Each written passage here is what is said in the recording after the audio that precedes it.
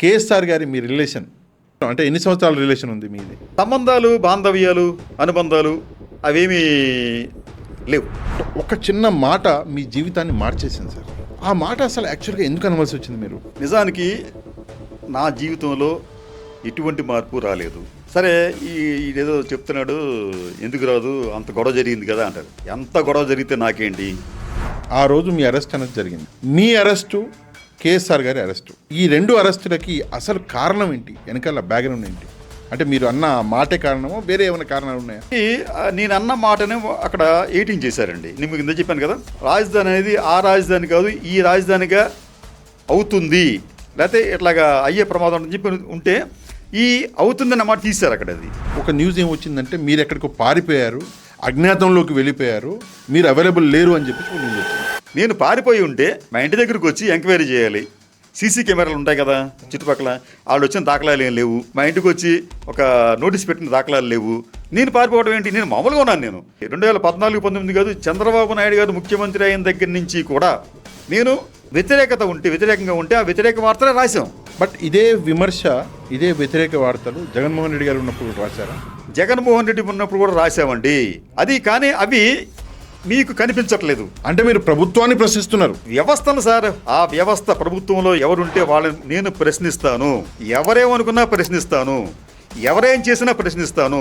ప్రశ్నించడం అనేది నేరం అని చెప్పి మీరు భావిస్తే, ఎవరైనా భావిస్తే ఆ నేరం పదే చేస్తాను తప్ప ప్రశ్నించడం మానను. ఈరోజు ఎవరైతే అమరావతికి భూములు ఇచ్చారో రైతులు, వాళ్ళకి తీసుకెళ్లి చెరువులలో ఇస్తున్నారు అని చెప్పేసి అంటున్నారు. దాని గురించి ఏమంటారు మీరు? రైతులు ఇవ్వకపోతే వాళ్ళని బెదిరించారు, మీరు ఇవ్వకపోతే మేము బలవంతంగా లాక్కుంటాం అని చెప్పి. ఓకే, దానికి కూడా కొంతమంది రైతులు అంగీకరించకపోతే వారి యొక్క పొలాల్లో ఉన్న పంటలను తగలబెట్టారండి. పంటల్ని తగలబెట్టారు అంటే మోదీ గారు ఒకసారి ఒక మాట అన్నారు సార్, నాకు గుర్తుంది. పోలవరానికి సంబంధించి అన్నారు, Polavaram is an ATM for Chandrababu Naidu అన్నారు. అయితే ఇప్పుడు కొంతమంది ఏం భావిస్తున్నారంటే Amaravati has become ATM for Chandrababu Naidu garu అంటున్నారు. ప్రజల్ని పెడదో పట్టించడానికి ఏం చేస్తారంటే ఈ మంత్రులను బలిపోసం చేస్తారు.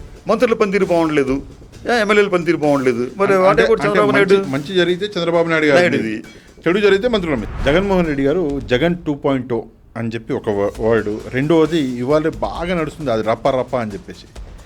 ఏంటి సార్ ఫ్యూచర్ ఏముండబోతుంది? జగన్మోహన్ రెడ్డికి గతంలో కన్నా కూడా ప్రజాదరణ ఎక్కువైనట్టు కనిపిస్తుందండి. ఎక్కడికి వెళ్ళినా జనం వస్తున్నారు. కానీ ఇతని దగ్గరికి ఎందుకు వస్తున్నారు ఇన్ని వేల మంది అంటే, ఇతని దగ్గర ఒక పవర్ ఉంది, ఇతని దగ్గర ఒక చరిస్మా ఉంది, ప్రజాదరణ ఉంది అనే విషయం జగన్ కన్నా కూడా లోకేష్కి, చంద్రబాబు నాయుడికి బాగా తెలిసి వాళ్ళు కలవరపడుతున్నారండి. 2029లో అంటే మీ analysis, since your an analyst అంటే ఇంత ఎక్స్పీరియన్స్ ఉన్న జర్నలిస్ట్గా 2029లో జగన్మోహన్ రెడ్డి గారి గెలుపు, ఓటముల గురించి ఏమంటారు? హలో ఫ్రెండ్స్, నేను మీ Ahmed Pasha. Welcome to the media report podcast with Pasha. 40 సంవత్సరాల జర్నలిజం ఎక్స్పీరియన్స్, కాకపోతే ఒక్క మాట జీవితాన్ని మార్చేసింది. ఈరోజు మనతో పాటు మన గెస్ట్ కృష్ణంరాజు గారు ఉన్నారు, ఆయనతో మాట్లాడదాము. నమస్తే సార్. నమస్తే Pasha garu. Welcome to the media report అండి. Thank you very much sir. మన పాడ్కాస్ట్లో ఓపెన్గా మాట్లాడుకుంటాం, చాలా ఓపెన్గా మాట్లాడుతాం. మీ గురించి తెలుసుకోవాలి అని చాలామందికి ఉంది. మీ గురించి చాలా తక్కువ తెలుసు ప్రజలకి. మీరు ఏం చేశారు, మీ జీవితంలో ఏం సాధించారు, సమాజం కోసం ఎంతలా కష్టపడ్డారు, మీ కుటుంబము, మీ కుటుంబ నేపథ్యము మొత్తం ఈరోజు తెలుసుకుందాం సార్ వీడియోలో. ముందుగా ఎక్కడ పుట్టారు సార్?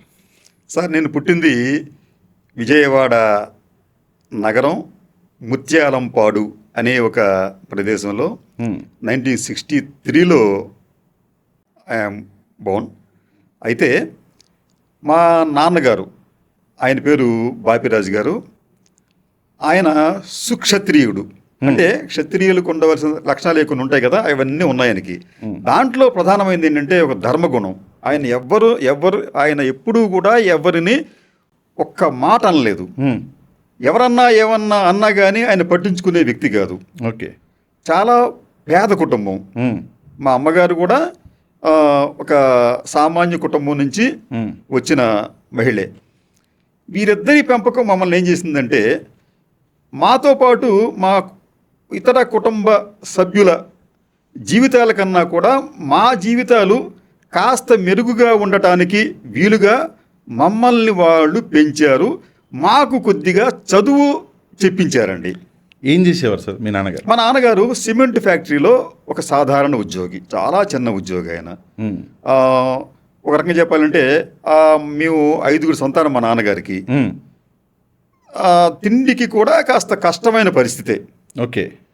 ఆ, ఉదయం పూట నిద్ర లేచిన వెంటనే స్కూల్కి వెళ్ళాలి అంటే ఏదో తినాలి కాబట్టి ఆ ముందు రోజు రాత్రి గంజి అని ఉంచుతారండి. అంటే అన్నం వార్చగా వచ్చే గంజి ఉంటుంది, గంజి. దాంట్లో కొద్దిగా అన్నం, రాత్రి మిగిలిపోయిన అన్నం వేసి ఉంచేవారు. అది కూడా ఏంటంటే ఒక మట్టి కుండలో పెట్టేవారు. పొద్దుటికల్లా కొంచెం ఉప్పేసి అప్పుడు ఉప్పు వేయరండి. ఆ, ఆ, పొద్దుటికల్లా అది ఏంటంటే కాస్త పుల్లబడుతుంది. ఆ, ఆ పుల్లబడిన దాన్ని మేము శుభ్రంగా దాన్ని ఆ మెతుకులు ఉంటే దాన్ని దేవుకొని ఆ, ఆ గంజి పోసుకొని అప్పుడు ఉప్పు వేసుకొని ఆ, అప్పుడు కూడా తాగేవాళ్ళం. తాగడం కష్టంగా ఉండేది, ఎందుకంటే పులిసిపోయేది అది. ఆ. దానికి ఏంటంటే ఒక పచ్చిమిరపకాయ అని కొనుక్కొని, కొంత ఆవకాయ. లేదా ఒక ఆవకాయ కానీ ఆ, తిని నవిలి అప్పుడు ఈ గంజిని గబగబా తాగేసేవాళ్ళం. ఆ, ఆ పరిస్థితి అండి. అంటే దీనికి మీ ఎక్కడ కూడా ఈ పేదరికానికి శాపంగానో లోపంగానో మా కుటుంబ సభ్యులు ఎవ్వరూ భావించలేదండి. ఇది ఆ పేదరికం అని మనం అనుకుంటున్నాం కదా, దానిలో కూడా మేము ఆనందమే పొందాము. చక్కగా మేము కడుపు నింపుకున్నాం ఉన్న దాంట్లోనే. అయితే మేము మీకు చెప్పినట్టు మా పనేదో మేము చేసుకుంటూ ఇతరుల గురించి పెద్దగా ఆలోచించకుండా, ఇతరులను ఇబ్బంది పెట్టకుండా, మేము ఇబ్బంది పడకుండా మా చదువులు మేము చదువుకుంటూ ఏదో ఒక ఉద్యోగాలు చేసుకుంటూనో లేకపోతే ఇంకో వ్యాపారాలు చేసుకుంటూనో గడిపాం. ఇందాకటి నుంచి మీరు మా అంటున్నారు. ఎంతమంది అన్నదమ్ములు? నాతో పాటు మగవాళ్ళం 4 అండి. ఓకే. నాకన్నా 3 అన్నయ్యలు ఉన్నారు. నేను 4th వన్. నా తర్వాత ఒక సిస్టర్ ఉందండి. ఓకే. అందరూ కూడా చదువుకున్నారు. అంటే ఆ సమయంలో ఏమిటంటే ఈ ఫ్యామిలీస్ అన్నీ కూడా ఇతర ప్రాంతాల నుంచి, ముఖ్యంగా మీకు విశాఖపట్నం, విజయనగరం ఈ ప్రాంతాల నుంచి వలస వచ్చాయి. అక్కడ సరిగ్గా ఉపాధి లేకపోతే అవకాశాలు లేక వలస వచ్చి విజయవాడలో స్థిరపడిన ఫ్యామిలీస్ చాలా ఉన్నాయండి. అయితే ఆ సమయంలో స్థిరపడిన కుటుంబాల్లో చదువులు చెప్పించిన తల్లిదండ్రులు ఎవరంటే మా తల్లిదండ్రులు మాత్రమే. ఒకానొక దశలో మా అమ్మగారు అయితే మా 3వ brother now he's well off, బాగానే ఉన్నాడు, ఆయనకి ఫీజు కట్టడానికి తన మంగళసూత్రాలను తాకట్టు పెట్టింది. అయ్యో అయ్యో. అంటే చదువుకి ఏంటంటే వాళ్ళు అంత ఇంపార్టెన్స్ ఇచ్చారండి అక్కడ. దీనితో పాటు మాకు అబ్బిన ఇంకొక అంశం ఏంటంటే ఎప్పుడూ కూడా మనం నిజాయితీగా ఉన్నాం, గొప్పలు పోవద్దు, తిప్పలు తెచ్చుకోవద్దు అనే ఒక కాన్సెప్ట్లో ఉన్నాం. ఇంకోటి ఏంటంటే ఈ అప్పులు చేయడం కూడా మాకు తెలియదండి. ఉన్నదాంతోనే మనం బతుకుదాం, ఉన్నదాంతోనే మనం జీవనం సాగిద్దాం అనే భావనే తప్ప గొప్పలకు పోవటం, అప్పులు చేయటం, తిప్పలు పట్టడం అవేమీ కూడా మేము ఎప్పుడూ చేయలేదు. ఏం సార్ మీ ఎడ్యుకేషన్ క్వాలిఫికేషన్ అంటే? నాది సింపుల్ అండి. నేను BA చదివానండి.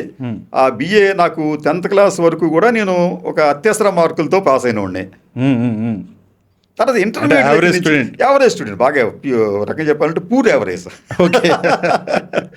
అత్యవసర మార్కులు బొటాబొటీకి వచ్చాయి. అంటే అప్పట్లో కూడా నాకు ఈ సోషల్కి ఎక్కువ మార్కులు వచ్చాయండి. ఓకే. 100కి 65-70 వస్తే చాలా ఎక్కువ వచ్చాయి.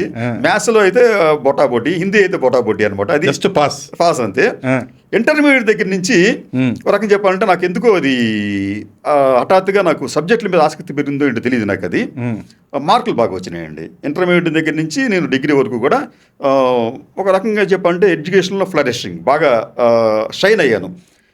షైన్ అవటమే కాకండి ఎంతవరకు నేను షైన్ అయ్యానంటే నేను డిగ్రీకి వచ్చేటప్పటికి నేను క్లాసులో ఉంటే మా లెక్చరర్స్ ముందు ఈ కృష్ణరాజు వచ్చాడు చెప్పి చూసేవారు వాళ్ళు. ఎందుకంటే నేను అంటే వాళ్ళకు భయం ఏర్పడింది. నేను ప్రశ్నలు అడిగేవాడిని వాళ్ళని.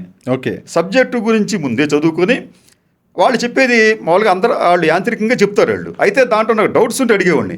ఆ డౌట్స్ని క్లియర్ చేయడానికి మళ్ళీ వాళ్ళు పుస్తకాలు రిఫర్ చేయాల్సి వచ్చేది అనమాట.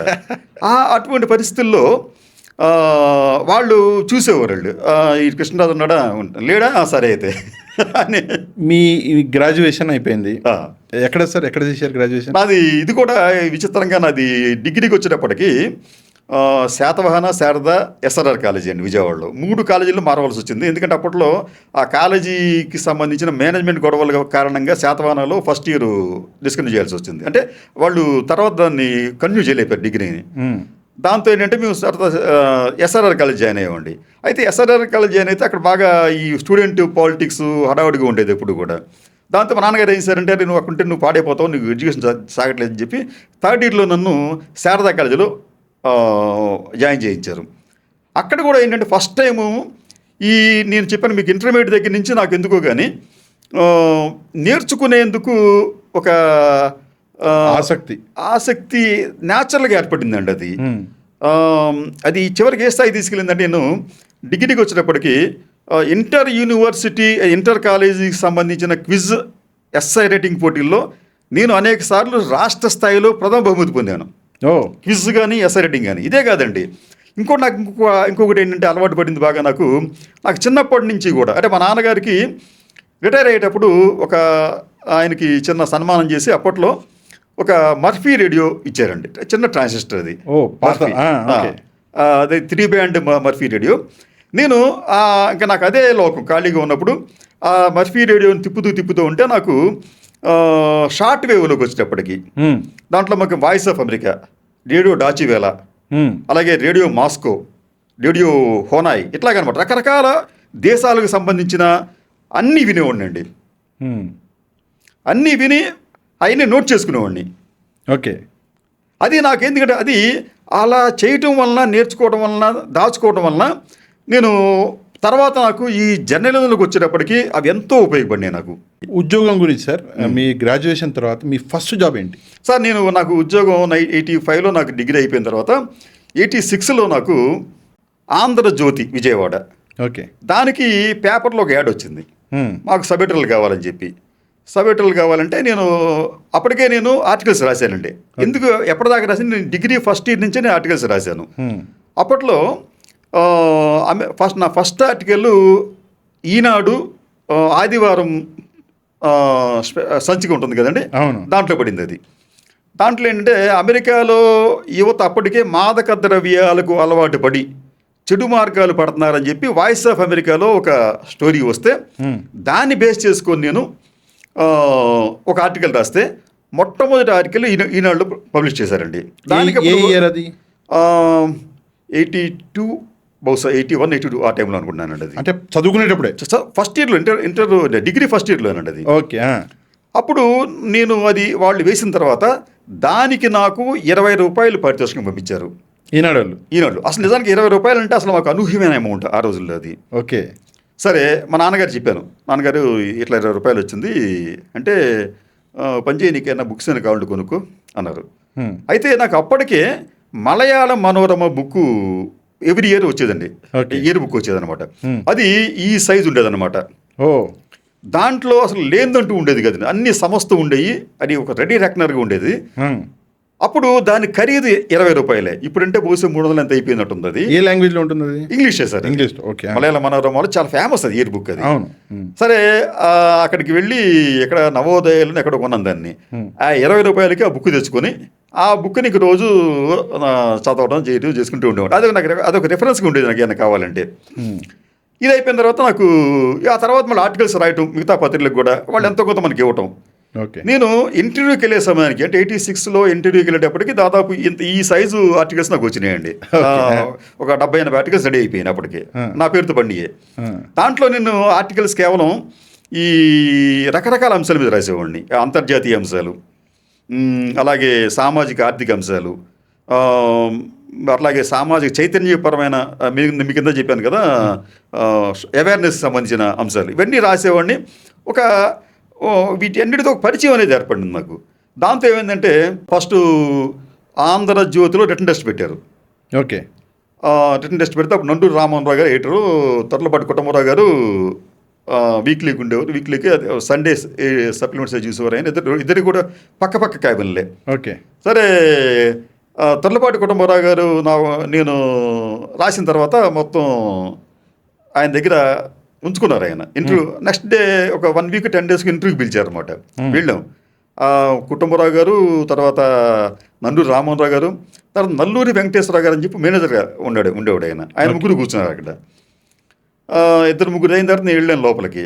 చూస్తేనేమో మనిషి అప్పుడు ఫ్రెషర్గా ఉన్నాం కదా మనం. అవును. కానీ ఆ ఇంటర్వ్యూకి చాలా పెద్ద పెద్దోడు వచ్చారు, బాగా ఎక్స్పీరియన్స్ ఉన్నోళ్ళు వచ్చారు. వచ్చి నన్ను చూశారు. చూసి మీరు ఈ ఆర్టికల్స్ అన్ని మీరు రాసినాయనా అన్నారు. ఆయన నేను రాసినాయి సార్ అన్నాను. ఈ ఒకదాని మీద కాకుండా రకరకాల మీద మీరు రాశారే అన్నాడు నందు రామారావు గారు. అంటే లేదు సార్, నాకు కొద్దిగా ఆసక్తి ఉందండి అంటే, మీకు ఒక ప్రశ్న అడుగుతాను, మీరు సమాధానం చెప్తారా అన్నాడు ఆయన. ఐ విల్ ట్రై సార్ అని చెప్పాను. మన బంగ్లాదేశ్ జాతీయ గీతాన్ని రాసింది ఎవరు అన్నాడు ఆయన. అంటే బంగ్లాదేశ్ జాతీయ గీతాన్ని రాసింది నాకు తెలుసు, కానీ ఆ టెన్షన్లో అని ఒక అది కొద్దిగా నత్తిగా మాడే అనమాట ఈ టెన్షన్లో. అది మన రవీంద్రనాథ్ ఠాగూర్ గారండి అన్నాను. ఇది కరెక్ట్ కదా, ఎందుకు కంగారు పడతాం అన్నారు, తొడపట్టుకున్న పోతారు. అంటే ఏమి లేదు సార్, కొద్దిగా టెన్షన్గా ఉందంటే, ఏం అక్కర్లేదు, సరే నీకు జీతం ఎంత కావాలి అన్నారు. ఎందుకంటే మనకు తెలియదు, ఏదో నోటికొచ్చి చెప్పాలి కదా. ఒక 600 700 అంటే సర్లే నువ్వు వెళ్ళిపో అని చెప్పి పంపించారు. తర్వాత లెటర్ వచ్చింది, నువ్వు సెలెక్ట్ అయ్యావు, నువ్వు 1 year నీకు ట్రైనింగ్, ఆ ట్రైనింగ్ పీరియడ్లో నీకు 750 రూపాయలు జీతం ఇస్తాం ఓకే అని చెప్పన్నారు. ఇదేదో బాగానందరం అని చెప్పి మీరు అడిగిన దానికన్నా ఎక్కువనే ఇంకా 100 రూపాయలు ఎక్స్ట్రా. Okay okay.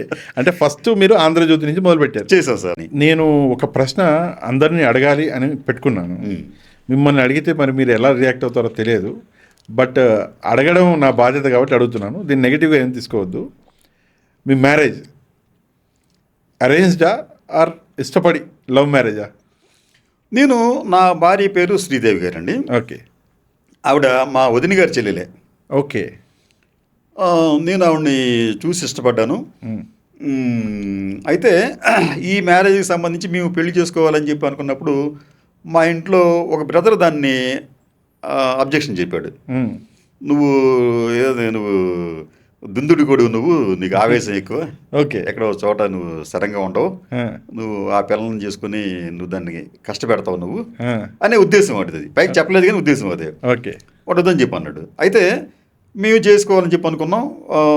ఇరు పక్షాలకు సంబంధించి మా అమ్మగారు నాన్నగారు, అలాగే నా భార్య అమ్మగారు నాన్నగారు వాళ్ళు కూడా ఇష్టపడ్డారు. అయితే మ్యారేజ్ కూడా ఎట్లా జరిగిందంటే, కేవలం మేము ఇక్కడ ఆడంబరాలు గిడంబరాలు ఏమి లేవండి.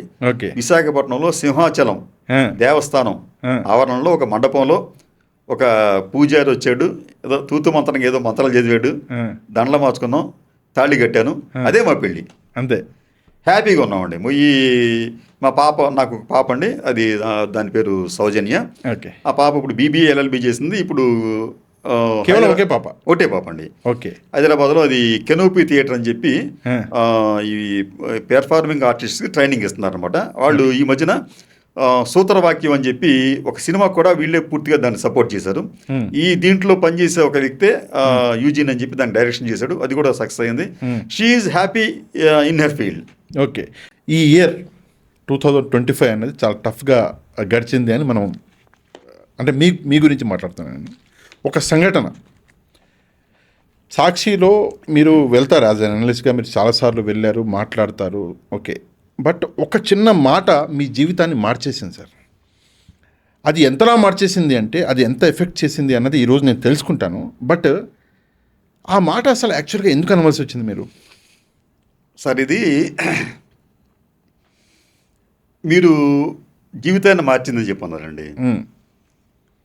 నిజానికి నా జీవితంలో ఎటువంటి మార్పు రాలేదు. ఓకే. సరే, ఏదో చెప్తున్నాడు, ఎందుకు రాదు, అంత గొడవ జరిగింది కదా అంటారు. ఎంత గొడవ జరిగితే నాకేంటి, నా గురించే జరిగింది కదా, నా గురించే జరిగితే అసలు మీరు ఎందుకు అంత గొడవ పట్టడం ఎందుకు, నేను పడతాను నా గురించి ఏదో ఉంటే, మీకెందుకు బాధ అనేది. రెండోది, ఒక మాట, ఆ మాట ఏమిటంటే, మీకు ఆ రోజున డిబేట్లో కేఎస్ఆర్ గారు అమరావతి గురించి ప్రస్తావించినప్పుడు నేను చెప్పానంటే, అమరావతికి సంబంధించి అక్కడ ఒక అమరావతి చుట్టుపక్కల ప్రాంతాల్లో ఒక సామాజిక సమస్య ఉందండి.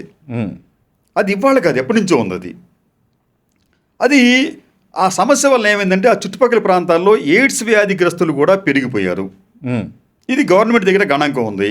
ఓకే. ఈ సమస్యకు సంబంధించి అనేక కథనాలు వచ్చినాయి, పేపర్లో వచ్చినాయి, టీవీల్లో వచ్చాయి.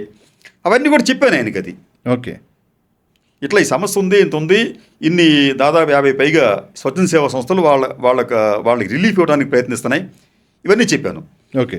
అప్పుడు ఆయన ఏంటంటే ఇది అదే అట్లా కాదు, దీన్ని ఇట్లాగ అంటారు కదా అంటే ఏం చెప్పానంటే అట్లా కాదండి, ఈ సమస్యలు పరిష్కరించకపోతే దీన్ని ఇలా కాదు అలా అంటారు, అలా అంటారు అన్నాను. Okay okay. అయితే అమరావతికి సంబంధించి చంద్రబాబు నాయుడు గారికి ఒక భయం కూడా ఉంది ఆయనకి. అదేదో పెద్ద ఇమేజ్ని క్రియేట్ చేశానని చెప్పి అమరావతికి సంబంధించి పెద్ద అది దాని ఇమేజ్కి ఎవరు భంగం కలిగించుకోవడం చెప్పి భావన ఉంది అక్కడ. అది రెండో, చంద్రబాబు నాయుడు గారికి సంబంధించి నేను అమరావతికి సంబంధించి మొట్టమొదటి నుంచి కూడా చాలా ఓపెన్గా అమరావతి అనేది సరైన ప్రాంతం కాదు, అక్కడ రాజధాని పెట్టడానికి అంటే రాజధాని పెట్టడానికి సరైన ప్రాంతం నేను వ్యక్తిగతంగా నాకు అది నేను వ్యతిరేకించాను విత్ ఎవిడెన్స్తో. అంటే నేను నా దగ్గర ఎవిడెన్స్తో, ఎవిడెన్స్ నేను క్రియేట్ చేయలేదండి. ఆ పత్రికలు ఇచ్చిన ఎవిడెన్స్ కావచ్చు, లేకపోతే ఇతరత్ర సంస్థలు ఇచ్చిన ఎవిడెన్స్ కావచ్చు, వాటి బేస్ చేసుకొని ఇది అమరావతి అనేది సరైన ప్రాంతం కాదు, ఇది రాజధానికి అనువైన ప్రాంతం కాదు అని ఒకటి. రెండవది, చంద్రబాబు నాయుడుకి అంటే ఆయన వ్యక్తిత్వాన్ని నేను పరిశీలిస్తూ వచ్చాను కాబట్టి ఆయన దీనిని పూర్తి చేయడం కష్టమని కూడా నేను చెప్పానండి. ఓకే. ఆయనకి ప్రచార యావ తప్ప అయితే ఆయన ఏం చేసినప్పటికీ కూడా తన పార్టీకి, తన కుటుంబానికి, అయితే తనకు లాభం ఉండేలాగా ఆయన నిర్ణయాలు తీసుకుంటూ ఉంటాడన్న అపవాదం ఆయన మీద ఉంది. ఇవన్నీ దృష్టిలో పెట్టుకొని అమరావతి అనేది సరైన ప్రాంతం కాదు అని చెప్పి. రెండోది, అసలు అమరావతి ఎంపిక అనేదే చట్టవిరుద్ధం అండి.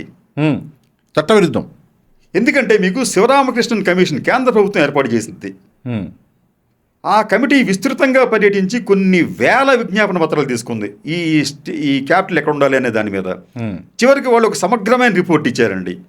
దాంట్లో అమరావతికి ఇచ్చిన ప్రిఫరెన్స్ 4th ప్లేస్, చివరి స్థానంలో ఇచ్చారు. అక్కడే మీరు ఇంకా అక్కడ పెట్టిన ఇక్కడ పెట్టిన చెప్పారని తప్ప అమరావతి అయితే మీకు ఇబ్బందులు ఉంటాయి, ఇక్కడ వద్దని కూడా చెప్పారు ఆయన. ఇంకా మీరు మార్గం లేకపోతే మనం చెప్పలేము అన్నట్టు చెప్పాడు ఆయన. అయితే ఈ శివరామకృష్ణన్ కమిటీకి సంబంధించి మన ఆంధ్రదేశం కావచ్చు లేదా దేశంలో కావచ్చు చట్టాలంటే వీళ్ళకి ఎంత చులకనో చెప్పడానికి ఇది ఒక ఉదాహరణ అండి. మీరు అంత ఎక్సర్సైజ్ చేసి ఒక మంచి నివేదిక ఇస్తే ఆ నివేదికను పార్లమెంటులో పెట్టలేదు, ఆ నివేదికను రాష్ట్ర అసెంబ్లీలో చర్చించలేదు, ఆ నివేదికని ఏమీ చేయకుండా దాని మీద నిర్ణయం పూర్తిగా తీసుకోకుండా ఈలో పెంచారు చంద్రబాబు నాయుడు గారు. ఆయన అధికారంలోకి వచ్చి ఆ నివేదికను బుట్టదాఖలా చేసినట్టుగా చేసి మళ్ళీ ఒక కమిటీ వేశాడు ఆయన. ఇది రాజధాని కోసం మనకి అనువైన ప్రాంతం ఏదో తెలుసుకోండి అని చెప్పి ఎవరితో పరిచయం కమిటీ వేసాడండి ఆయన? పారిశ్రామికవేత్తలతో, నూజివీడి సీడ్స్ యాజమాన్యంతో, తర్వాత శ్రీనిరాజ్ అని చెప్పి ఒక వెంచర్ క్యాపిటలిస్ట్ తోటి, ఇట్లాగా ఈ పారిశ్రామికవేత్తలతో నారాయణ నాయకత్వంలో కమిటీ వేశారు. ఇది ఉద్దేశపూర్వకంగా వేసిన కమిటీ. అది వాళ్ళు వేసారు అమరావతి రాజధాని చేయాలని చెప్పి చెప్పారంట ఆ కమిటీలో. మరి అటువంటిప్పుడు ఈ శివరామకృష్ణన్ కమిటీ ఎందుకు, ఆ రాష్ట్ర విభజన చట్టం ఎందుకు? మీకు వాటి మీద గౌరవం లేనప్పుడు అసలు అవన్నీ మాకు అక్కర్లేదని చెప్పొచ్చు కదా మీరు. అది చెప్పకుండా ఇలా చేయడం ఏంటి? ఇంకో విషయం, అసలు అమరావతి అనేది రాజధానిగా ఉండాలి అని మొట్టమొదటి చెప్పిన వ్యక్తి ఎవరో తెలుసా మీకు? అది వెంకయ్యనాయుడు గారు అంట. వెంకయ్యనాయుడు గారు ఢిల్లీలో కేంద్ర పట్టణాభివృద్ధి శాఖ మంత్రిగా ఉన్న సమయంలో ఢిల్లీ ఈనాడు విలేకరికి ఇంటర్వ్యూ ఇచ్చాడండి ఆయన. ఇచ్చి బాబుకి నేనే చెప్పాను అమరావతి ప్రాంతంలో రాజధాని పెట్టమని చెప్పి ఆయన చెప్పాడు ఆయన. అది ఈనాడులో దాదాపు 6 కాలాల వార్త ఇచ్చారు దాన్ని. అబ్బో. వెంకయ్యనాయుడు ఇంటర్వ్యూ దాన్ని. అంటే వెంకయ్యనాయుడు గారు కేంద్ర మంత్రిగా ఉన్నాడు, అదే కేంద్రం ఒక శివరామకృష్ణ కమిటీని వేసింది, దానికి సంబంధించి ఎక్కడ చర్చ జరగలేదు, ఆయన రికమెండేషన్ చేస్తాడు పెట్టమని చెప్పి. రామోజీరావు గారు, దివంగత రామోజీరావు గారు ఆ ప్రాంతానికి అమరావతి అని పేరు పెట్టమని చెప్పి ఆయన సజెషన్ ఇచ్చారంట. ఇదే విషయాన్ని చంద్రబాబు నాయుడు గారు పదే చెప్పాడు ఆయన. ఓకే, లేదు అమరావతికి సంబంధించి నా దగ్గర కొన్ని ప్రశ్నలు ఉన్నాయి, అక్కడికి వద్దాము. కాకపోతే నేను ఇందాక అడిగిన ప్రశ్న అందులోనే మరికొన్ని. ఆ రోజు మీ అరెస్ట్ అనేది జరిగింది. అదే మీ అరెస్టు, కేఎస్ఆర్ గారి అరెస్టు, ఈ 2 అరెస్టులకి అసలు కారణం ఏంటి? వెనకాల బ్యాక్గ్రౌండ్ ఏంటి? అంటే మీరు అన్న మాటే కారణమో వేరే ఏమైనా కారణాలు ఉన్నాయా సార్? ఇప్పుడు ఆ మాటకి నేను అన్న మాటనే అక్కడ 18 చేశారండి. నేను మీకు ఇంత చెప్పాను కదా, రాజధాని అనేది ఆ రాజధాని కాదు ఈ రాజధానిగా అవుతుంది, లేకపోతే ఇట్లాగా అయ్యే ప్రమాదం అని చెప్పి ఉంటే ఈ అవుతుందన్న మాట తీశారు అక్కడ. అది ఓకే, తీసేసి అది ఆ రాజధాని, ఇది ఈ రాజధాని అని చెప్పి ప్రచారం చేశారు. అక్కడ ఎయిటింగ్లో వాళ్ళు తప్పుడు పద్ధతిలో దాన్ని ప్రచారం చేశారు. ఓకే. దీని వెనకాల ఐటీడీపీ వాళ్ళు ఉన్నారు. న్యాచురల్గా ఉంటారు. అది మన ఆశ్చర్యపోయే విషయం ఏం కాదు అది. అయితే నాకు సంబంధించి మీరు జాగ్రత్తగా ఉండండి, మీ మీద దృష్టి పెట్టారు అని చెప్పి తెలుగుదేశం పార్టీకి చెందిన వారే నన్ను హెచ్చరించారు. అంతకు ముందే 1 month ముందు హెచ్చరించారండి అన్నది. ఓకే. ఇది సంఘటన జరగడానికి 1 week ముందు కూడా ఇంకొకళ్ళు కొద్దిగా జాగ్రత్తగా ఉండండి, వాళ్ళ మీద కాన్సన్ట్రేషన్ చేస్తున్నారు అంటే చెప్పాను. చేస్తే చేసుకోమని చెప్పండి, ఏదన్నా అరెస్టులు చేస్తే చేసుకోమని చెప్పండి, నాకు అభ్యంతరం లేదు అని చెప్పాను. అయితే వాళ్ళు అవకాశం కోసం ఎదురు చూస్తూ ఉంటుంటే దీనిని అవకాశంగా బదులుచుకున్నారండి వాళ్ళు. ఓకే. ఈ మాటనే వాళ్ళు ఎయిట్ చేసి చివరిలో దాన్ని వాళ్ళు తమకు అనుకూలంగా మలుచుకున్నారు. ఓకే. ఆ రోజు ప్రోగ్రామ్ జరిగింది, రెగ్యులర్గా ప్రోగ్రామ్ అయిపోయింది, మీరు మీ పనిలో ఉన్నారు. ఆ రోజు మీకు తెలిసింది, అదే రోజు తెలిసిందా? ఎప్పుడు తెలిసింది మీకు? లేదు సార్, అసలు ఆ రోజున వాళ్ళు పెద్ద పట్టించుకోలేదు. ఆ రోజులో ఎవరో తర్వాత దాని గురించి ఇట్లా అన్నారు, దీన్ని మనం చేద్దామని చెప్పిన తర్వాత ఒక రోజు టైం తీసుకున్నారు వాళ్ళు. ఓకే. టైం తీసుకొని పక్కడబందీగా దీన్ని మనం ఎలాగా ట్రోల్ చేయాలి అని చెప్పి ఐటీటీపీ ద్వారా వాళ్ళు నెక్స్ట్ డే ఈ రోజంతా చేశారండి. ఈ రోజంతా గ్రౌండ్ వర్క్ చేసుకొని నెక్స్ట్ డే దాన్ని అరౌండ్ 8 నుంచి 9 నుంచి స్టార్ట్ చేశారు, మార్నింగ్ నుంచి. ఓకే. చేయటం తర్వాత ఇంకా పెయిడ్ ఆర్టిస్టులు ఉంటారు కదా, వాళ్ళతో రకరకాల విన్యాసాలు చేయించడం ఇవన్నీ చేశారు.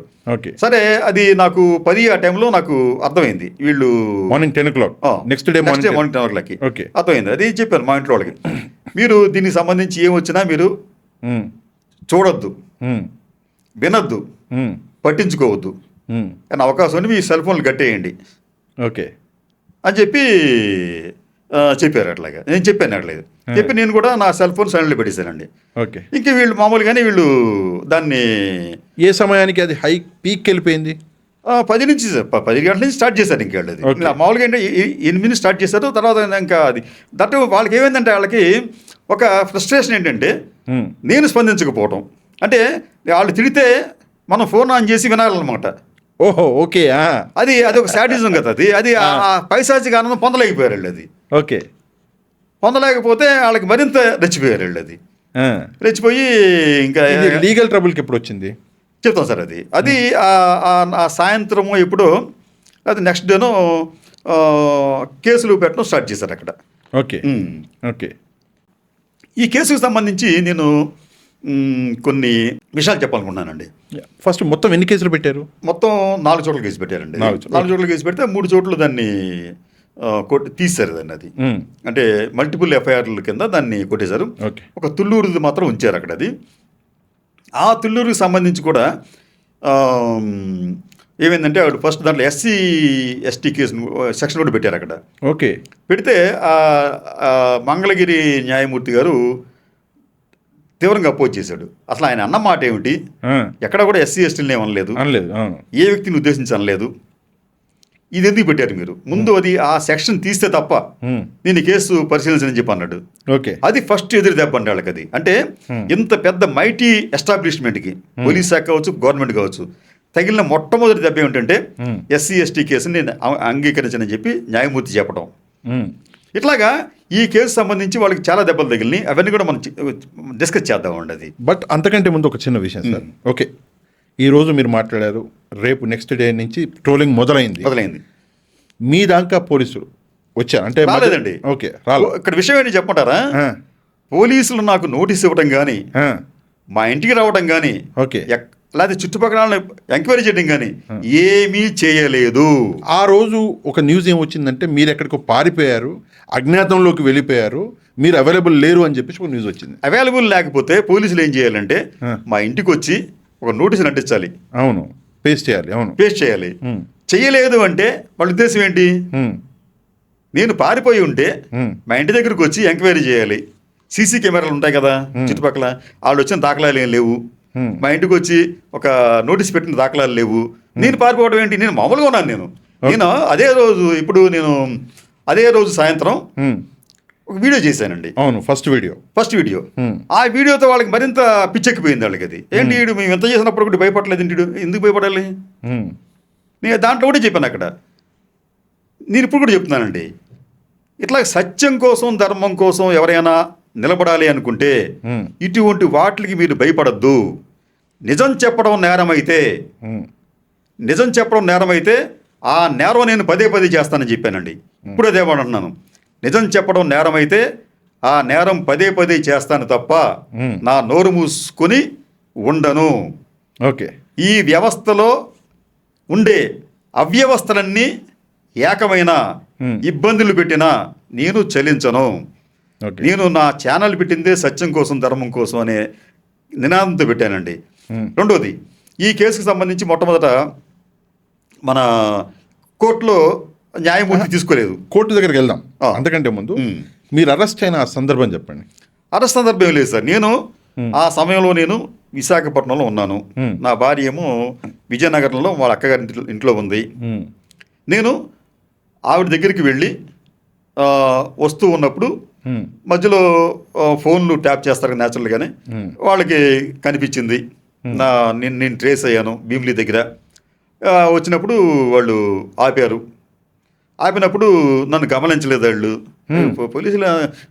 పోలీసులు అంత గొప్పలో చూడండి, గమనించలేదు. నేను కారులో ఉన్నాను. ఆపారు. ఇట్లా చూస్తున్నాడు కానిస్టేబుల్ వచ్చి, ఎవరు కావాలి అన్నాను. మీరు ఒకసారి డ్రైవర్ని దిగమని చెప్పి అన్నారు. దిగిన తర్వాత పక్కన అక్కడెక్కడో ఎస్ఐ ఒక అతనున్నాడు. నేను అతని దగ్గరికి వెళ్ళాను. ఏంటి సార్ ఏంటంటే ఏం లేదండి చెక్ చేస్తామని చెప్పి అన్నాడు. అంటే నేను చెప్పాను ఎవరి కోసం చేస్తున్నారంటే ఆడి సరి చెప్పలేదు అతను. నాకు అర్థమైంది ఎందుకు ఇప్పుడు మనం ముసుగులు వదిలాడు మనకెందుకు అది అని చెప్పిన ఉద్దేశంతో. నా పేరు కృష్ణరాజు, నిజంగా జరిగింది ఇదేనండి, కాబట్టి మనం ఎక్సైన్ మనం ఎంక్వైరీ చేసుకోవచ్చు. నా పేరు కృష్ణరాజు. మీరే అమరావతి కృష్ణరాజు మీరు అప్పుడు అన్నాడు ఆయన. అమరావతి కృష్ణరాజు మీరేనండి అన్నాడు. అట్లాగే అమరావతి కృష్ణరాజు గారు మీరేనా అన్నాడు. అట్లాగే మాట్లాడలేదండి వీళ్ళు. పోలీసులు తీరేంటంటే ఎక్కడా కూడా నన్ను ఇబ్బంది పెట్టలేదండి వీళ్ళు, ఏ కోసని ఇబ్బంది పెట్టలేదండి వీళ్ళు. చెప్తాను అది కూడా. అంటే నేను అని చెప్పాను. సరే అక్కడికి తీసుకెళ్ళాం. భీమిలి నుంచి మళ్ళీ విజయవాడ తీసుకొచ్చారు. విజయవాడ మీదుగా గుంటూరు తీసుకెళ్లారు. అదంతా అది అంత నాటకీయ పక్కీ లేదు, ఏమి లేదు. దానికి నేను సిద్ధపడి ఉన్నాను, వాళ్ళు దానికి రెడీగా ఉన్నారు. వెళ్ళాము. తర్వాత కోర్టు రిమాండ్ న్యాచురల్గా ఉంటుంది కదా, ఆ రిమాండ్ అప్పుడు కూడా ఆయన జడ్జి గారు అడిగారు మీకు ఏమైనా ఫెసిలిటీస్ కావాలంటే. నేను పెద్దగా మాట్లాడలేదు దాని గురించి. ఒకసారి మనం మీ కేసుకు సంబంధించి మీరు ఇచ్చిన వీడియో చూద్దామా అన్నాడు ఆయన. చెప్పాను సార్ మిలాంటి ఇప్పుడు వీడియో చూసి ఉపయోగం ఉంది, దానివల్ల మీరు నాకు బెయిల్ ఇవ్వరు కదా ఇట్లాగన్నాను. అంటే ఎందుకు ఆల్రెడీ బెయిల్ ఇవ్వకూడదని చెప్పి వాళ్ళు డిసైడ్ అయ్యారు అక్కడ. ఆల్రెడీ కేఎస్ఆర్కి బెయిల్ ఇవ్వలేదు, మరి నాకు ఎట్లా ఇస్తారు అని. అక్కర్లేదు సార్ ఎందుకు టైం వేస్ట్ అని చెప్పాను. సరే ఏమి ఇష్టం అని చెప్పి తను నా ఆరోగ్యం గురించి అడిగాడు. మీరు ఆరోగ్యం ఎలా ఉంది, ఎన్ని ఉన్నాయంటే ఇట్లా షుగర్ అని చెప్పి, షుగర్కి ఏం వాడుతున్నారంటే ఈ పాలన మందు వెళ్ళి చెప్పాను. ఇదిగా ఓకే అని చెప్పాను. అంత అక్కడ కూడా మనకేమి ఆయన కూడా ఇదిగా మాట్లాడాడు. మీకైనా కంఫర్ట్స్ కావాలని చెప్పండి, నేను బెడ్ మన పరుపులు లాంటి కావాలంటే ఏర్పాటు చేస్తానని చెప్పండి, యాజ్ విష్ మిలాడే చెప్పాను. అక్కడ కూడా ఇదైన తర్వాత అక్కడ కూడా వాళ్ళు బాగానే చాలా బాగా చూస్తున్నారు, ఇబ్బంది ఏం లేదు.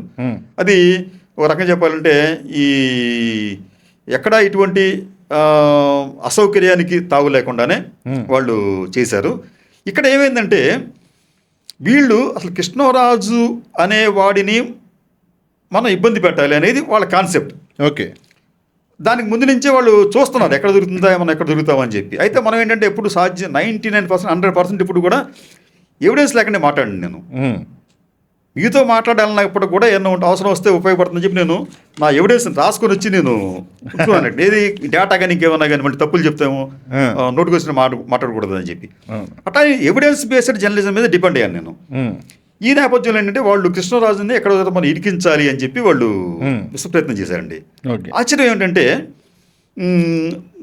నా గురించి జరిగిన ఎంక్వైరీ ఎంత వాళ్ళు విస్తృతంగా ప్రయత్నించారంటే ఒక ఎస్పీ గారు, 4 డిఎస్పీలు, 10 మంది సిఐలు అండి కింద స్టాఫ్, ఇంతమంది నా గురించి ఎంక్వైరీలు, బ్యాంక్ అకౌంట్లు కూడా వాళ్ళు పరిశీలించారండి. వాళ్ళు పెద్ద మర్డర్లు చేసే వాళ్ళు కూడా ఉండదు కదా.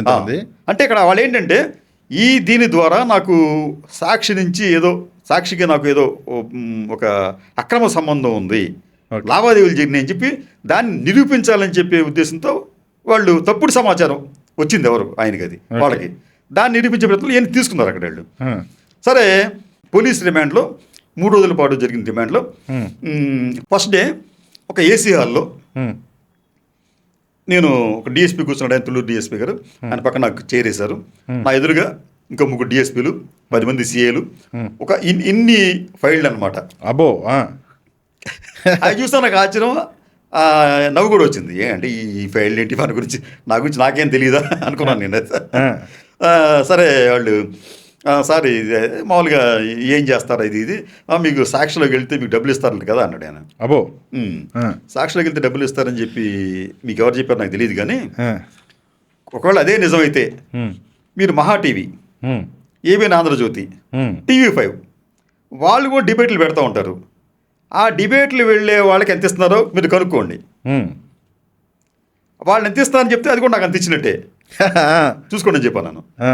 ఇట్లా ఏమిందంటే ప్రతి చోట కూడా నేను వాళ్ళని వాళ్ళ వేలుతో వారి కంటిని పొడిచే విధంగానే వ్యవహరించాను తప్ప నన్ను క్రెడిబుల్ ఎవిడెన్స్తో వాళ్ళు రాలేకపోయారు అక్కడ. లేదండి మీకు మొన్న మీరు సాక్షికి వెళ్ళిన మొదటి రోజే, అది సాక్షికి వెళ్ళిన డిబేట్కి వెళ్ళిన రోజునే మీ అకౌంట్లో 500 పడింది అన్నాడు.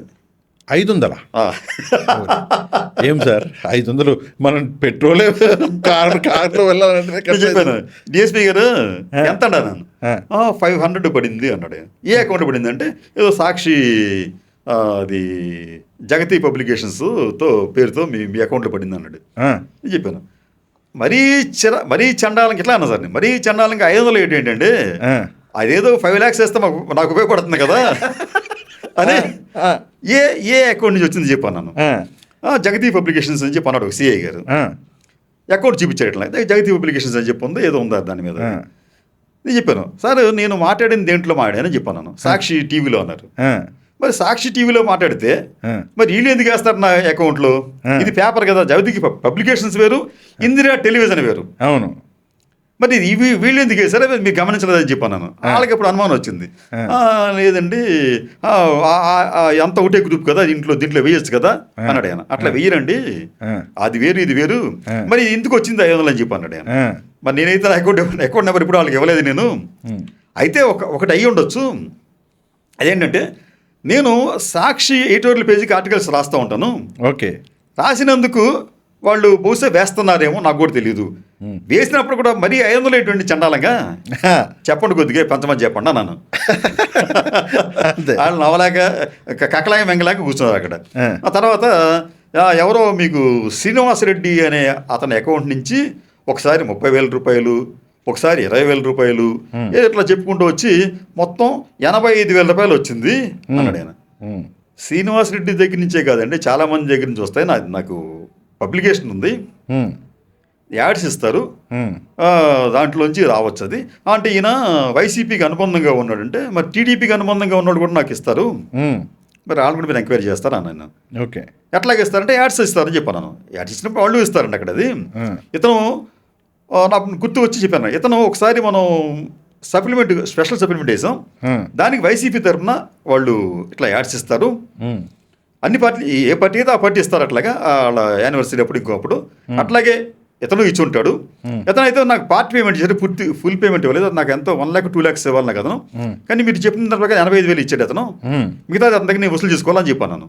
ఓకే అని చెప్పాను. ఇంకో విషయం గుర్తుంచుకోండి, మీరు కూడా ఇస్తారు కదా యాడ్స్ అని చెప్పాను నేను. అవును. మేమెందుకు ఇస్తామని చెప్పాను డిఎస్పీ గారు. అదే అండి పోలీసు సంస్మరణ దినోత్సవం అని చెప్పి మీరు యాడ్స్ ఇస్తారు కదా, ఇచ్చినప్పుడు అట్లాగే వాళ్ళు ఇస్తారు అక్కడ, దీనికి పెద్ద విశేషం ఉందండి అనేటప్పటికి వాళ్ళకి పూర్తి సిచ్యువేషన్ అర్థమైందండి. మీది మీ కుటుంబ సభ్యులు 16 అకౌంట్స్ మేము పరిశీలించామండి అన్నాడు. 16 అని చెప్పాను. 16లో ఈ 2 పేర్లు ఉన్నాయా అని చెప్పి ఇంకో 2 పేర్లు చెప్పాను అనమాట. 2 పేర్లు ఉన్నాయంటే లేవు అన్నాడు. అవి కూడా తెప్పించాను నన్ను. 18 ఉంటాయి మీకు, అవి కూడా తెప్పించి పరిశీలించండి అన్నాను.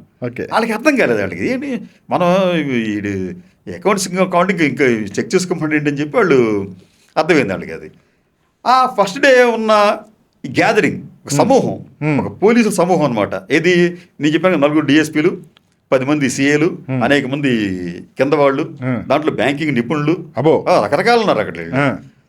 రెండో రోజుకి వచ్చేటప్పటికి మొత్తం పోయారండి. సగం అయిపోయారా? సగం కాదు, 1/4 కూడా లేరు అక్కడ. అయ్యో. ఫైల్స్ అన్నీ అయిపోయినాయి. మూడో రోజుకి వచ్చేటప్పటికి డిఎస్పీ గారు లాస్ట్ డే ఈవినింగ్ ఫైల్ తీసుకొచ్చి, ఒకే ఒక ఫైల్ అన్నమాట తీసుకొచ్చి టేబుల్ మీద ఇట్లా విసిరి ఆయన అన్న మాట ఎగ్జాక్ట్గా, ఏముంది కృష్ణ దగ్గర తొక్క దీంట్లో అన్నాడు. ఏముంది కృష్ణ దగ్గర తొక్క దీంట్లో ఏమీ లేదు, అంతా చూస్తే 85,000 రూపాయలు కనిపించింది. అది కూడా మీరు చెప్పేదానికి సోర్స్ చెప్పారు మీరు. లేదు రేపు మీకు బెయిల్ వస్తుంది తీసుకోండి అని చెప్పి వాడు వెళ్ళిపోయాడు. అంతే. 3 రోజులు. సరే, మీరు టోటల్గా ఎన్ని రోజులు ఉన్నారు జైల్లో? 17 days అండి. ఈ 3 రోజులు కలుపుకుంటే టోటల్గా 17 days. ఇక్కడ మనము ఒక వ్యక్తి గురించి మాట్లాడుకోవాలి సార్, కేఎస్ఆర్ గారి గురించి. అంటే ఈ సంఘటనతో ఆయన కూడా కనెక్టెడ్గా ఉన్నాడు కాబట్టి కేఎస్ఆర్ గారి మీ రిలేషన్ అంటే డీటెయిల్గా వద్దు, జస్ట్ ఏ సంవత్సరం అంటే ఎన్ని సంవత్సరాల రిలేషన్ ఉంది మీది? సార్ మాకు ఇక్కడ మీకు సంబంధం అనేటప్పటికీ పరిచయం వేరు, సంబంధం వేరు. పరిచయం అంటే ఇప్పుడు మీరు నాకు పరిచయం చేశారు అనుకోండి ఒక వ్యక్తిని, పరిచయం అది. సంబంధం అంటే అది కొనసాగటం, అది అనేక సంవత్సరాల పాటు మీకు మాకు పరిచయం ఉండి దానికి మీ గురించి నా గురించి మీకు పర్సనల్గా తెలిస్తే దాన్ని మనం సంబంధం అనుకోవచ్చు. మన మధ్య లావాదేవీలు జరిగినా, లేకపోతే మీరు ఫంక్షన్కి అటెండ్ అయినా, మీ ఫంక్షన్ మేము అటెండ్ అయినా కానీ సంబంధంగా భావించవచ్చు. ఇలాగ కేఎస్ఆర్కి నాకు ఉన్నది కేవలం పరిచయం మాత్రమే. పరిచయమే. సంబంధాలు, బాంధవ్యాలు, అనుబంధాలు అవేమీ లేవు. రెండోది, ఆయన తెలుసు నాకు, ఆయన చాలామంది తెలుసు, నాకు తెలుసు. ఆయన ఎప్పుడన్నా ఈ మీటింగ్లు పెడితే ప్రెస్ అకాడమీ చైర్మన్గా పెట్టినప్పుడు నేను వెళ్ళి ఆయన విష్ చేశాను. అట్లాగే ప్రెస్ అకాడమీ తరపున నేను మీటింగ్లు పెడితే నేను అటెండ్ అయ్యాను. న్యాచురల్గా జరిగే పరిణామం అక్కడ. దానికి మనం పెద్ద ఇంపార్టెన్స్ ఇవ్వాల్సిన నెసెసిటీ కూడా లేదు. రెండోది, కేఎస్ఆర్ గారితో సంబంధం ఉంటే అది ఇట్లాగా అంతా కలిపి కుట్రలు చేశారా, కుతంత్రాలు చేశారా అనేదానికి కూడా ఆస్కారం లేదు. ఎందుకంటే ఆయనది ఒక రకమైన జీవన విధానం అంటే అయింది అది. ఆయన ఏంటంటే ఆయన ఉద్యోగరీత్యా వైసీపీని సపోర్ట్ చేయాలి, తప్పదు అది. నాకు అవసరం ఖచ్చితంగా లేదు. నేను వైసీపీకి సపోర్ట్ చేస్తున్నాను అని చెప్పి భావన కలుగుతుంది సొసైటీకి. ఎందుకంటే నా భావన ఏంటంటే, నా విధానం ఏంటంటే, నేను ఈ ప్రభుత్వం ఏదైనా తప్పు చేస్తే దానిని వ్యతిరేకించడం అనేది నా నైజం, నా లక్షణం. దాంట్లో భాగంగానే ఇప్పుడే కాదండి, 2014-19 కాదు, చంద్రబాబు నాయుడు గారు ముఖ్యమంత్రి అయిన దగ్గర నుంచి కూడా నేను ఆ వ్యతిరేకంగా ఉంటే ఆ వ్యతిరేక వార్తలే రాశాం. బట్ ఇదే విమర్శ, ఇదే వ్యతిరేక వార్తలు జగన్మోహన్ రెడ్డి గారు ఉన్నప్పుడు కూడా రాశారా? జగన్మోహన్ రెడ్డి ఉన్నప్పుడు కూడా రాశామండి. అది కానీ అవి మీకు కనిపించట్లేదు, హైలైట్. అది సమస్య అక్కడ మీకు. అంటే మీరు ప్రభుత్వాన్ని ప్రశ్నిస్తున్నారు, వ్యవస్థను సార్. ఆ వ్యవస్థ ప్రభుత్వంలో ఎవరుంటే వాళ్ళని నేను ప్రశ్నిస్తాను. ఎవరేమనుకున్నా ప్రశ్నిస్తాను, ఎవరేం చేసినా ప్రశ్నిస్తాను. ప్రశ్నించడం అనేది నేరం అని చెప్పి మీరు భావిస్తే, ఎవరైనా భావిస్తే ఆ నేరం పదే చేస్తాను తప్ప ప్రశ్నించడం మానను. మీకు జగన్మోహన్ రెడ్డి అధికారంలోకి వచ్చాడండి. ఆయన వచ్చిన కొత్తలో కొద్ది రోజులకైనా హైదరాబాద్ వెళ్ళి కేసీఆర్ గారిని, ముఖ్యమంత్రి ఆయన కలుసుకున్నాడు. ఇక్కడికి వచ్చి ఆయన కలుసుకుని ఏం చేశాడంటే, హైదరాబాదులో ఆంధ్రప్రదేశ్కు సంబంధించిన కొన్ని నిరర్ధక ఆస్తులు ఉన్నాయి, బిల్డింగ్లు అవి ఉన్నాయి, అవి ఇచ్చేసాడు ఆయన. ఇచ్చేసి దాన్ని తప్పొట్టాను అక్కడ నేను. మీరు ఎట్లా ఇస్తారు మీరు? ఇది విభజన చట్టం ప్రకారం మనకి ఈ ఆస్తులు మనకు ఉన్నాయి, ఏపీకి ఉన్నాయి కదా, దాన్ని మీరు ఇట్లా ఇస్తున్నామని చెప్పి మీరు క్యాబినెట్లో తీర్మానం చేయాలి, అయితే అసెంబ్లీలో పెట్టాలి. పెట్టి మీరు ఇవ్వండి. ఇవ్వకుండా మీరు నోటి మాట ద్వారా తీసేసుకోండి అని చెప్పడం తప్పు అని చెప్పాను అక్కడ నేను. ఓకే.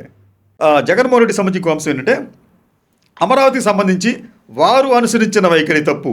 ఇది అమరావతి దుస్థితికి కారకులు మోడీ, చంద్రబాబు నాయుడు, జగన్ అని చెప్పి నేను ఆర్టికల్స్ రాశాను, వీడియోలు చేశాను అక్కడ.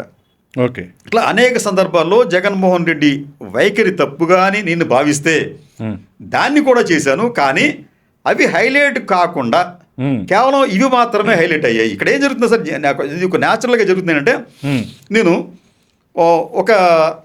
ఒక వ్యవస్థని నేను ప్రశ్నించినప్పుడు ఆ ప్రశ్నకు గురైన వ్యవస్థ బాధపడుతుంది. అవును. కానీ ఆ వ్యవస్థకు వ్యతిరేకంగా ఉన్న ఇంకో వ్యవస్థ ఉంటుంది కదా, వాళ్ళు ఆనందపడతారు అక్కడ. ఓకే. కృష్ణరాజు బలి ప్రశ్నించాడు చంద్రబాబు నాయుడిని, టీడీపీని బలి తప్పట్టాడే అని చెప్పి వైసీపీలు అనుకోవచ్చు, అక్కడ అనుకుంటారు న్యాచురల్గా. సరే, వాళ్ళు అనుకోవడం కాదండి, వీళ్ళు అనుకుంటారంటే ఈ కృష్ణరాజు అక్కడ వైసీపీ వాళ్ళతో కుమ్మకైపోయాడు కాబట్టి మమ్మల్ని ప్రశ్నిస్తాడని చెప్పి అనుకుంటారు వీళ్ళు. ఓకే. కానీ విషయం అది కాదు. మా బేసిక్గా ఆంధ్రప్రదేశ్ ప్రజలకు న్యాయం ఎవరైతే చేస్తారో వాళ్ళ పక్షాన ఉంటాము, ఎవరైతే తప్పు చేస్తారో వాళ్ళని వ్యతిరేకిస్తాము. ఇవే నేను మీకు ఆంధ్రప్రదేశ్కి సంబంధించి ఈ రాష్ట్ర విభజనకు ఉద్యమం జరిగినప్పుడు కూడా నేను కేసీఆర్కి వ్యతిరేకంగా నేను కేసు వేశాను. కేసీఆర్కి వ్యతిరేకంగా కేసు వేశానండి హ్యూమన్ రైట్స్ కమిషన్లో. ఆ కేసు ఇది ఆ పద్ధతిని ఉద్యమం జరుగుతున్న టైంలో ఏంటంటే కేసీఆర్ తరచుగా ఆంధ్రుల మనోభావాలను దెబ్బతీసే విధంగా, కించపరిచే విధంగా మాట్లాడుతూ ఆంధ్రులు ఈ తెలంగాణ ప్రాంతంలో గౌరవప్రదంగా జీవించే హక్కును ఆయన కాలరాస్తున్నాడు అని చెప్పి ఆయన ఎప్పుడు ఎటువంటి కించపరిచే మాటలు మాట్లాడాడో అవన్నీ ఎవిడెన్స్తో పెట్టి, పేపర్ ఎవిడెన్స్తో పెట్టిన తర్వాత వాళ్ళు నోటీస్ ఇచ్చారు అక్కడ. ఓకే. కారణం ఏమైనప్పటికీ కూడా తర్వాత కేసీఆర్ ఆంధ్రుల్ని కించపరిచే విధంగా మాట్లాడటం మానివేశాడు. మాకు కావాల్సింది అదే, అది అచీవ్మెంటా లేకపోతే ఈ వ్యక్తిగా నాకు అనవసరం, అది మీరు చేస్తుంది తప్పు అని చెప్పాను ఆయనకి. ఆ తర్వాత ఆ వైఖరి మార్పు వచ్చింది ఆయనలో. అంతకన్నా కావాల్సింది ఉంది మనకి జర్నలిస్ట్గా.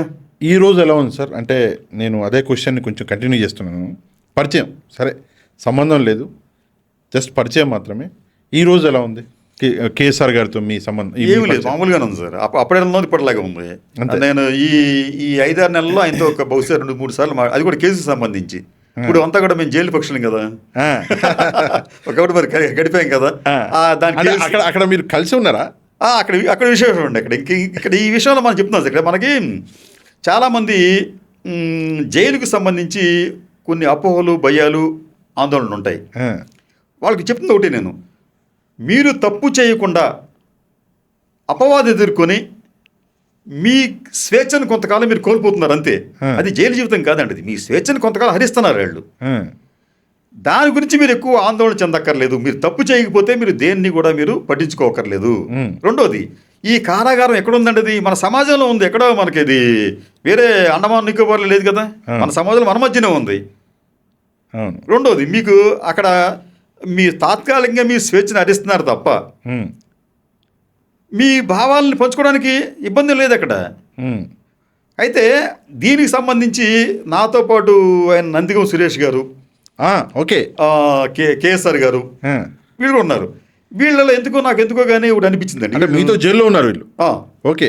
వీళ్ళలో ఏంటంటే వీళ్ళు కొద్దిగా ఏదో కొంత బాధ, మేము దూరం అయ్యాం కుటుంబ సభ్యులకి అని చెప్పి ఆవేదన, బాధ, కళ్ళీళ్ళు పెట్టుకోవడం జరిగినప్పుడు వాళ్ళు కూడా చెప్పాను, సార్ మీరు ఇట్లాగ బాధపడి ఇట్లా కళ్ళీళ్ళు పెట్టుకుంటే మీ మీద ఎవరైతే తప్పుడు కేసులు పెట్టారో వాళ్ళు గెలిచినట్టు అవుతుందండి. వాళ్ళని మీరు ఓడించాలి అంటే మీరు ధైర్యంగా ఉండండి. ఇక్కడే కాదు, బయటికి వెళ్ళినా ధైర్యంగా ఉండండి, లేకపోతే మీరు ఓడిపోయి వాళ్ళు గెలిచినట్టు అవుతుంది. ఇది తాత్కాలికమైన స్వేచ్ఛను హరించే కార్యక్రమం తప్ప ఇదేమీ కాదు, ఈ కేసులు నిలబడే కాదని చెప్పి నేను చాలామంది చెప్పాను. ధైర్యం వీళ్ళిద్దరితో పాటు చాలామంది చెప్పాను. ఎందుకు మనం ఇదవ్వాలి, బాధపడాలి? తప్పు చేసామా? చేయలేదు. సరే, ఈ కేసుకు సంబంధించి కొన్ని ఆసక్తికరమైన పరిణామాలు ఏంటంటే, ఈ అరెస్టులు చేయడం వలన మొట్టమొదట మనం అనుకున్నట్టే జరిగింది ఎక్కడంటే, ఈ మంగళగిరి మేజిస్ట్రేట్ గారు మీరు ఆ ఎస్సీ ఎస్టీ కేసు తప్ప నేను తీసుకొని చెప్పన్నాడు ఆయన. పోలీసులు గత్యంతరం లేక దాన్ని తీశారు అక్కడ. రెండోది, ఈ కేసు నడుస్తున్న తర్వాత మాకు బెయిల్ వచ్చిన తర్వాత సుప్రీంకోర్టు గైడ్ లైన్స్ ఇచ్చిందండి. ఇటువంటి కేసుల్లో ఇట్లా అరెస్టులు చేయడం అనేది సుప్రీంకోర్టు ఇచ్చిన గైడ్ లైన్స్కి విరుద్ధంగా ఉంది. ఇకపై ఇటువంటి కేసుల్లో అరెస్టులు రిమాండ్కి పంపిస్తే ఆ రిమాండ్కి పంపించిన ఈ జడ్జెస్ని, జిల్లా కావచ్చు లేదా ఇవాళ కావచ్చు, వాళ్ళ మీద మేము చర్యలు తీసుకుంటామని చెప్పి అన్నారు. వాళ్ళ మీద యాక్షన్ తీసుకుంటామని చెప్పి అన్నారు. అంటే అది పెద్ద అచీవ్మెంటే కదా అది. అంటే ఈ కేసు వలన మమ్మల్ని వేధించడం కాదండి, న్యాయస్థానాలు తప్పుపట్టినాయి వ్యవస్థని, చంద్రబాబు నాయుడు ప్రభుత్వాన్ని. సుప్రీంకోర్టు అయితే ఏముందండి, కేఎస్ఆర్ గారి కేసులో బెయిల్ ఇచ్చేటప్పుడు ఏంటి, మీరు నవ్వితే అరెస్ట్ చేస్తారా అని అంది. అంటే చంద్రబాబు నాయుడు గారి ప్రభుత్వం సిగ్గుతో తల వంచుకొని క్షమాపణ చెప్పి ఆ కేసు ఉపసంహరించుకోవాలి. అంటే ఈ కేసు అనేది మమ్మల్ని తాత్కాలికంగా ఇబ్బంది పెట్టే ప్రయత్నం చేసినప్పటికీ కూడా తలవంపులకు గురైంది ఎవరంటే చంద్రబాబు నాయుడు గారు. చంద్రబాబు నాయుడు ప్రభుత్వం, చంద్రబాబు నాయుడే. ఈ విషయం గమనించుకోవాలి. మూడోసారి ముఖ్యమైన విషయం ఏంటంటే ఈ ట్రోల్ ఆర్మీ ఉంది. పాపం వాళ్ళకి ఏమి ఇప్పుడు ట్రోల్ ఆర్మీ పరిస్థితి అంటే డబ్బుల కోసం చేస్తున్నారు. ఈ బహుశా భారతదేశంలో ఇటువంటి ట్రోల్ ఆర్మీ ఎక్కువగా ఉన్న రాష్ట్రం ఏదైనా ఉందంటే అది ఏపీనే. ఓకే. దీంట్లో చాలా బలంగా ఉన్న ట్రోల్ ఆర్మీ ఏదంటే ఐటీడీపీ. అవో వాళ్ళు ఏంటంటే ఎందుకంటే ఐటీడీపీలో మీరు స్పష్టంగా చెప్తున్నాను, ఐటీడీపీలో గతంలో చేసిన వాళ్ళలో కొంతమంది నాకు పరిచయాలు వాళ్ళు ఇన్ఫార్మర్లు నాకు వాళ్ళు. అబ్బో. అక్కడ కూడా ఉన్నారు నేచురల్గా ఉంటారు. అది వాళ్ళు చెప్తుందంటే, సార్ మేమేమో చూడమండి, లోపలికి వెళ్ళి వీడియో కూడా చూడం మేము, మాకు ఆదేశాలు వస్తాయి. ఈ పలానా వ్యక్తిని టార్గెట్ చేయాలి అంటే అతను వీడియో చూసిన వెంటనే మేము నెగిటివ్గా కామెంట్ పెట్టేస్తాం. ఐటీడీపీ పోరా కుక్క, లుచ్చ, బచ్చా ముందు మేము పెట్టేస్తాం మేము. అబ్బో. లోపలికి వెళ్ళి చేసిన అవసరం మాకు లేదండి, అది మా పని కాదు. అది ముందు ఆ వ్యక్తిత్వ హననాన్ని చేయటం మా ఉద్దేశం. అట్లాగా ఒక వ్యక్తి ఏదన్నా ఒక వీడియో పెడితే ఇమీడియట్గా 10-15 మంది మేము అలర్ట్ అయిపోయి దాని మీద పెట్టేసి మళ్ళీ పెట్టేస్తాం తర్వాత ఇంకోటి మీద కాన్సన్ట్రేషన్ చేస్తాం. ఓకే. అక్కడ అయిపోతుంది అది. అది అంటే ఆ రకంగా దాన్ని తయారు చేశారండి వాళ్ళు. ఐటీడీపీని వ్యక్తిత్వ హననాలకి ఉపయోగపడే విధంగా దాన్ని అట్లా చేసుకున్నారు వాళ్ళు. అది అది వాళ్ళని కూడా మనం తప్పట్లు. అయితే మా విషయంకి వచ్చేటప్పటికి అంటే వాళ్ళు కూడా ఫెయిల్ అయ్యారు వాళ్ళు. అవును. ఇంకా నెగిటివిటీ వచ్చింది. నెగిటివ్ కాదండి, మేము పట్టించుకోలేదు కదా. ఇప్పుడు ఇక్కడ విషయం ఏంటంటే, ఇప్పుడు వాళ్ళు చేసిన కామెంట్లు మనం పట్టించుకుంటే మనం ఓడిపోయినట్టు. అవును. అసలు దాన్ని మనం పట్టించుకోకపోతే అసలు దాన్ని మేము వినలేదు, చూడలేదు, ఈ కుక్కలాగా వాగారు, వాక్కోండి, మాకు సంబంధం లేదు, అయిపోయింది. ఎంతకాలం గుర్తుంచుకుంటారు ఆ రోజు తర్వాత ఎవడు పట్టించుకూడదు అన్నది. కాబట్టి నేను చెప్పానంటే ఇటువంటి ట్రోల్ ఆర్మీకి నేను చెప్పేది అంటే, బాబు మీరు డబ్బుల కోసం చేస్తున్నారు బాగానే ఉంది, కానీ వ్యక్తిత్వ హననాలు చేసేటప్పుడు మీరు డబ్బుల కోసం కక్కుర్తి పడకండి, నిర్మాణాత్మకంగా చేయండి. కనీసం మీరు ఆ వీడియోనో లేకపోతే వాడు చేసిన ప్రసంగాన్ని కనీసం వినండి ఒక 5 నిమిషాల పాటు. ఓకే. వింటే మీకు కూడా జ్ఞానోదయం కలుగుతుంది, మీలో మార్పు వస్తుంది. అసలు మీరు కనీసం వీడియో కూడా చూడకుండా ఆ థంబ్నెయిల్ చూసి వెంటనే ఒక కామెంట్ పెట్టే ప్రయత్నం. అంటే మీరు ఒక మాట అన్నారు డబ్బుల కోసం అని, ఐటీడీపీ వాళ్ళు డబ్బుల కోసం అని చెప్పేసి. జీతాలండి. ఏం నడుస్తుంది సార్? ఏం నడుస్తుంది దీంట్లో అంటే ఎంత ఇస్తున్నారు? మాకు కూడా తెలిస్తే మేము కూడా ఏమైనా అప్లై చేసుకుంటాం. దీనికి సంబంధించి నాకున్న సమాచారం ఏంటంటే, కొంతమంది ఆన్ శాలరీ బేస్ ఉన్నారండి. ఓకే. కొంతమందికి ఏమో ఏదో వీళ్ళు చేస్తున్న యాక్టివిటీస్కి ఎంతవరకు చేస్తారో కమెంట్ బేస్డ్, కమెంట్ పెడితే ఇంత అని చెప్పి ఆ రకంగా ఉంది. మూడోది ఏంటంటే సానుభూతి పరులు, వాళ్ళే డబ్బులు తీసుకోరండి వాళ్ళు. ఓకే. డబ్బులు తీసుకోకుండా ముందు ఏదో రకంగా మనం డిఫేమ్ చేయాలి. ఫర్ ఎగ్జాంపుల్ మీకు ఇప్పుడు జగన్మోహన్ రెడ్డికి సంబంధించి ఆయన ఏదైనా ఒక చిన్న బిట్టు ఉందనుకోండి ఆయన సంబంధించి, దాన్ని ఎక్స్లో పోస్ట్ చేస్తే ఇమీడియట్గా ఆయనకి వ్యతిరేకంగా ఒక 100 వచ్చేస్తాయి. ఓకే. మీరు గమనించట్లేదు, అక్కడ అయిపోతుంది వాళ్ళ పని. ఓకే. ఆ తర్వాత ఆ మధ్యాహ్నం అంబటి రామో పెట్టి అనుకోండి ఒక చిన్న వీడియో, అంటే ఈ బ్యాచ్ అంతా అక్కడికి వెళ్ళిపోతుంది. ఆ వీడియోకి సంబంధించి దానికి వ్యతిరేకంగా వాళ్ళు చేయటం. ఐటీడీపీ వాళ్ళు టార్గెట్ చేస్తున్నారు అని చెప్పేసి చెప్తున్నారు కదా. సోషల్ మీడియా అన్నది అన్ని పార్టీలకి ఉంది, వైసీపీకి ఉంది, అటు జనసేనకి ఉంది, అటు బీజేపీకి ఉంది. మరి మిగతా పార్టీల సంగతి ఏంటి? ఇది మనం ఖచ్చితంగా ఈ సమాజం దీని మీద దృష్టి పెట్టవలసిన అంశం అండి. ఈ ట్రోల్ ఆర్మీ అని మనం ఏమనుకుంటున్నామో ఇవి మేజర్ పార్టీస్ అన్నీ కూడా పెంచి పోషిస్తున్నాయి. ఓకే. ఇది ఒక సామాజిక రుగ్మతగా ఈ ట్రోల్ ఆర్మీ మారిందండి.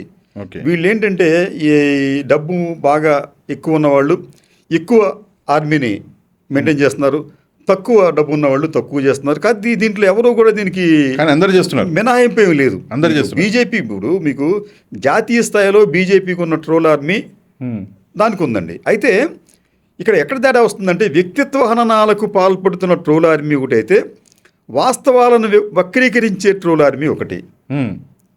ఇక్కడ మనకు ఏపీకి వచ్చేటప్పటికి ఆంధ్రప్రదేశ్లో వ్యక్తిత్వ హననాలను హరించే ట్రోల్ ఆర్మీ ఏముంది. దీంట్లో మనం ఏంటంటే bigger evil lesser evil okay అని చూస్తే మనం బిగ్గర్ రీవెల్యూకి వచ్చేటప్పటికి తెలుగుదేశం పార్టీ దాన్ని పెంచి పోషిస్తుంది.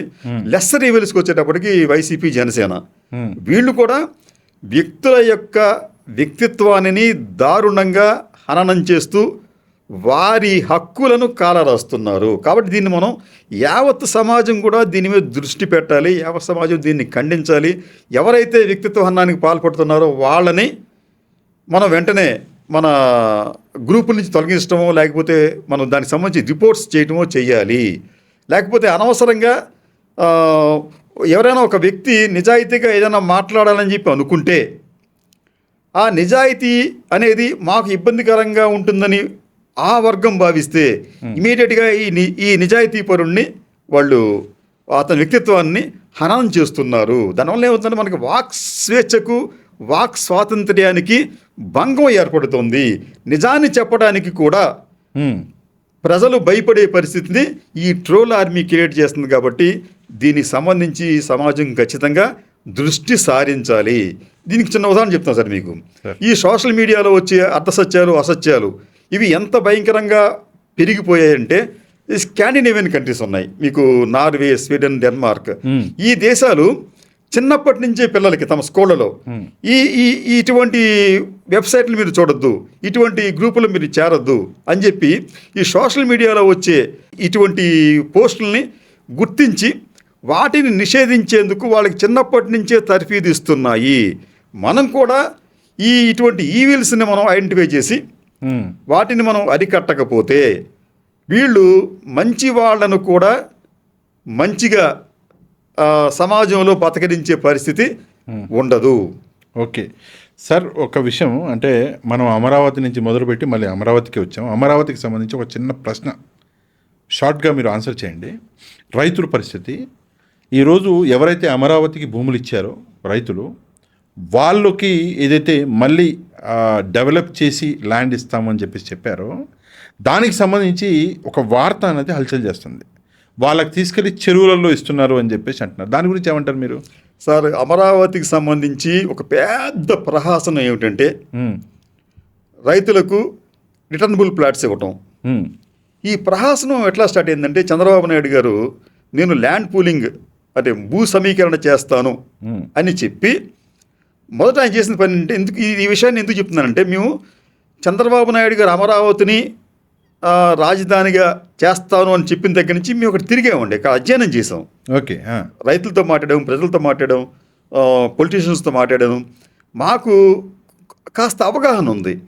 చంద్రబాబు నాయుడు గారు ఈ భూ సమీకరణ పేరుతో రైతులు మొదట ఇవ్వడానికి ఒప్పుకోలేదండి.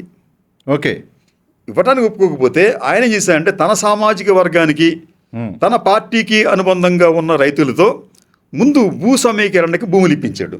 ఓకే, ఇప్పించి చూసారా వాళ్ళు ఇచ్చారు మీరు ఎందుకు ఇవ్వరు అని చెప్పి. అప్పటికీ కూడా కొంతమంది రైతులు ఇవ్వకపోతే వాళ్ళని బెదిరించారు, మీరు ఇవ్వకపోతే మేము బలవంతంగా లాక్కుంటాం అని చెప్పి. దానికి కూడా కొంతమంది రైతులు అంగీకరించకపోతే వారి యొక్క పొలాల్లో ఉన్న పంటలను తగలబెట్టారండి. ఇది పంటను తగలబెట్టారు.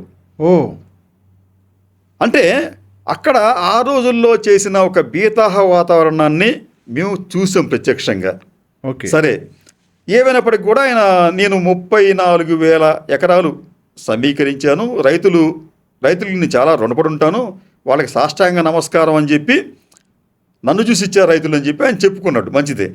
అయితే దానికి సంబంధించి దాదాపు 65,000 రిటర్నబుల్ ప్లాట్స్ అంటే కమర్షియల్ కావచ్చు, రెసిడెన్షియల్ ప్లాట్స్ కానీ ఇవ్వాలి వాళ్ళకి. అది ఇప్పటి వరకు కూడా ఆయన ఎవ్వరికీ ఒక్క ప్లాట్ను కూడా హ్యాండ్ ఓవర్ చేయలేదండి.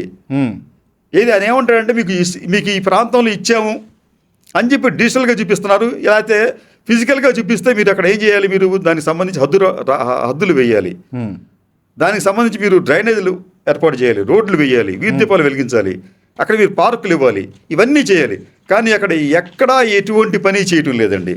అంటే రైతులు భూములు ఇస్తే మొట్టమొదటి మీరు చేయాల్సింది ఏమిటి, వాళ్ళకి పరిహారంగా ఇవ్వవలసిన ప్లాట్లను మీరు అభివృద్ధి చేసి ఇవ్వాలి.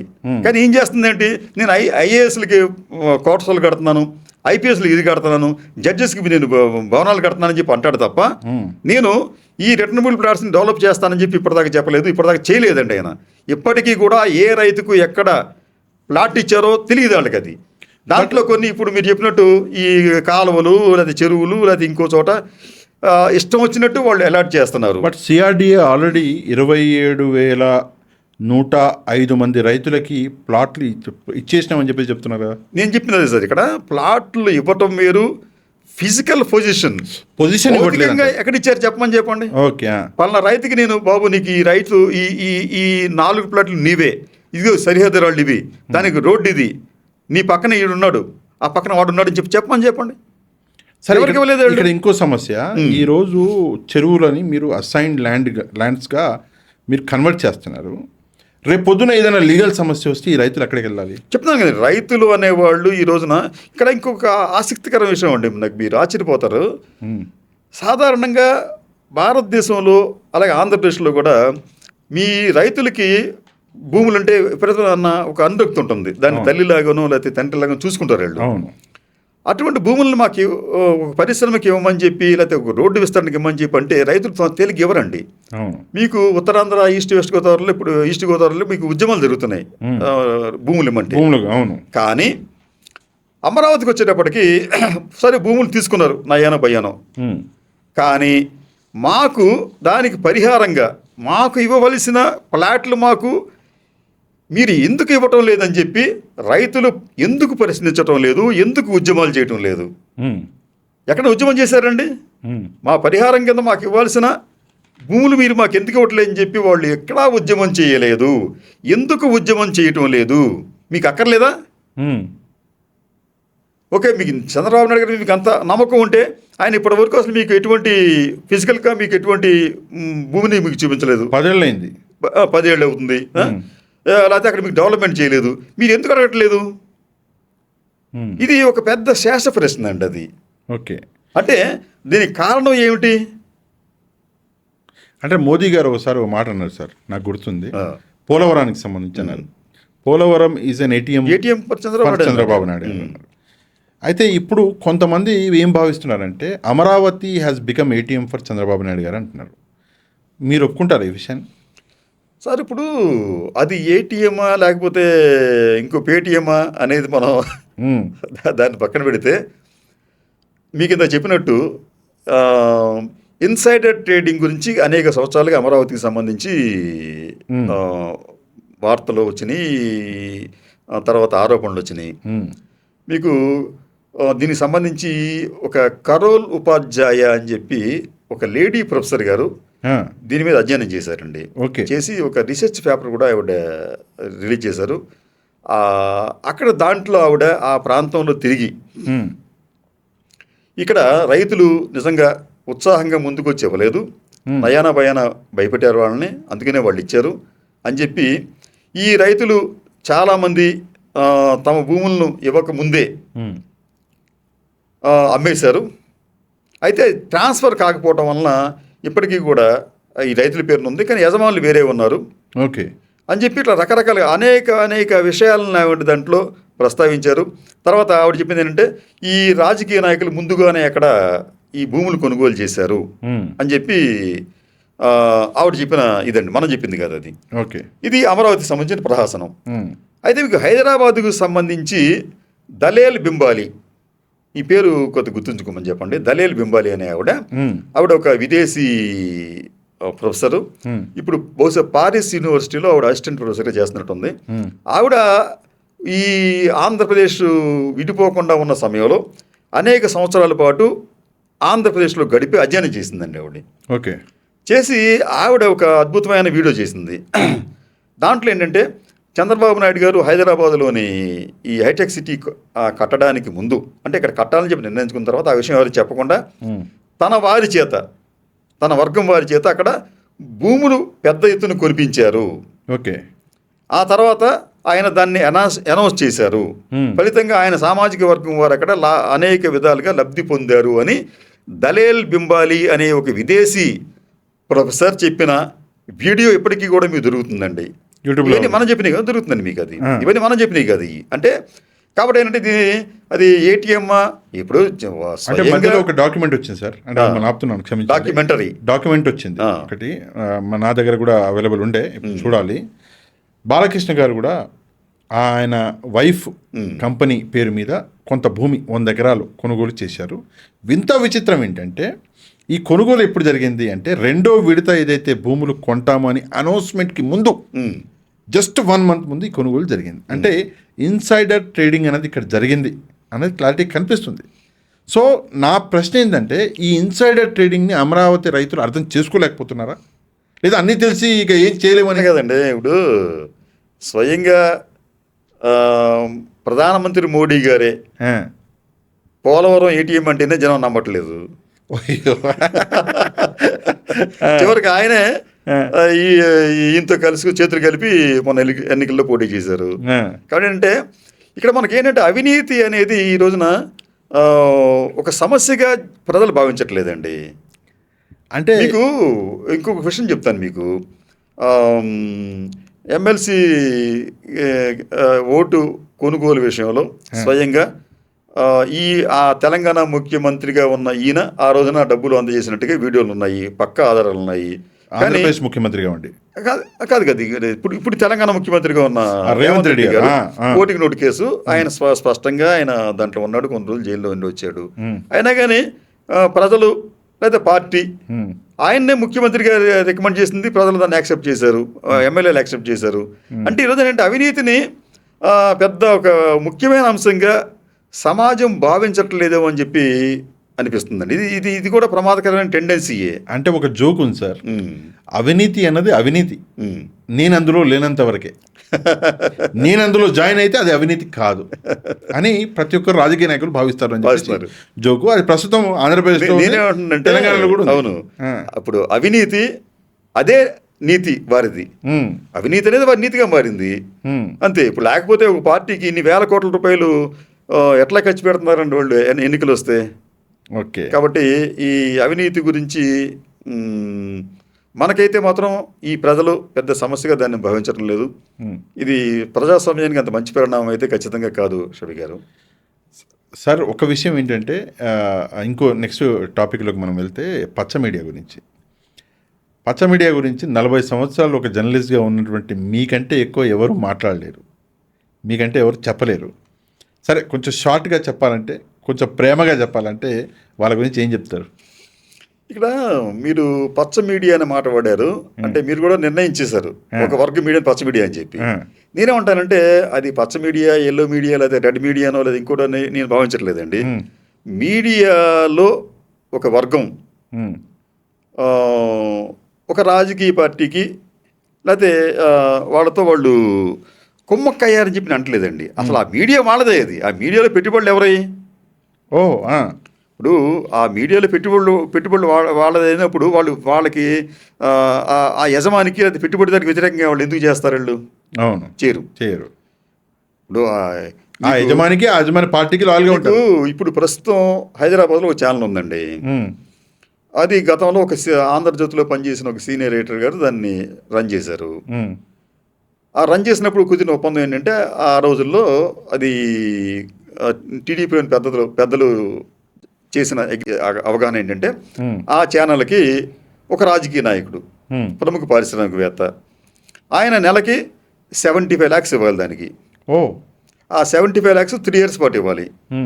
3 years పాటు తీసుకున్న తర్వాత ఆ తర్వాత ఇది ఇవ్వడు.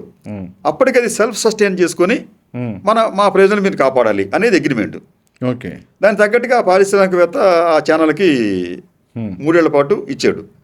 అయితే ఎప్పుడైతే ఆయన ఆ స్పూన్ ఫీడింగ్ ఆఫ్ చేశాడో ఆ ఛానల్ దెబ్బతింది.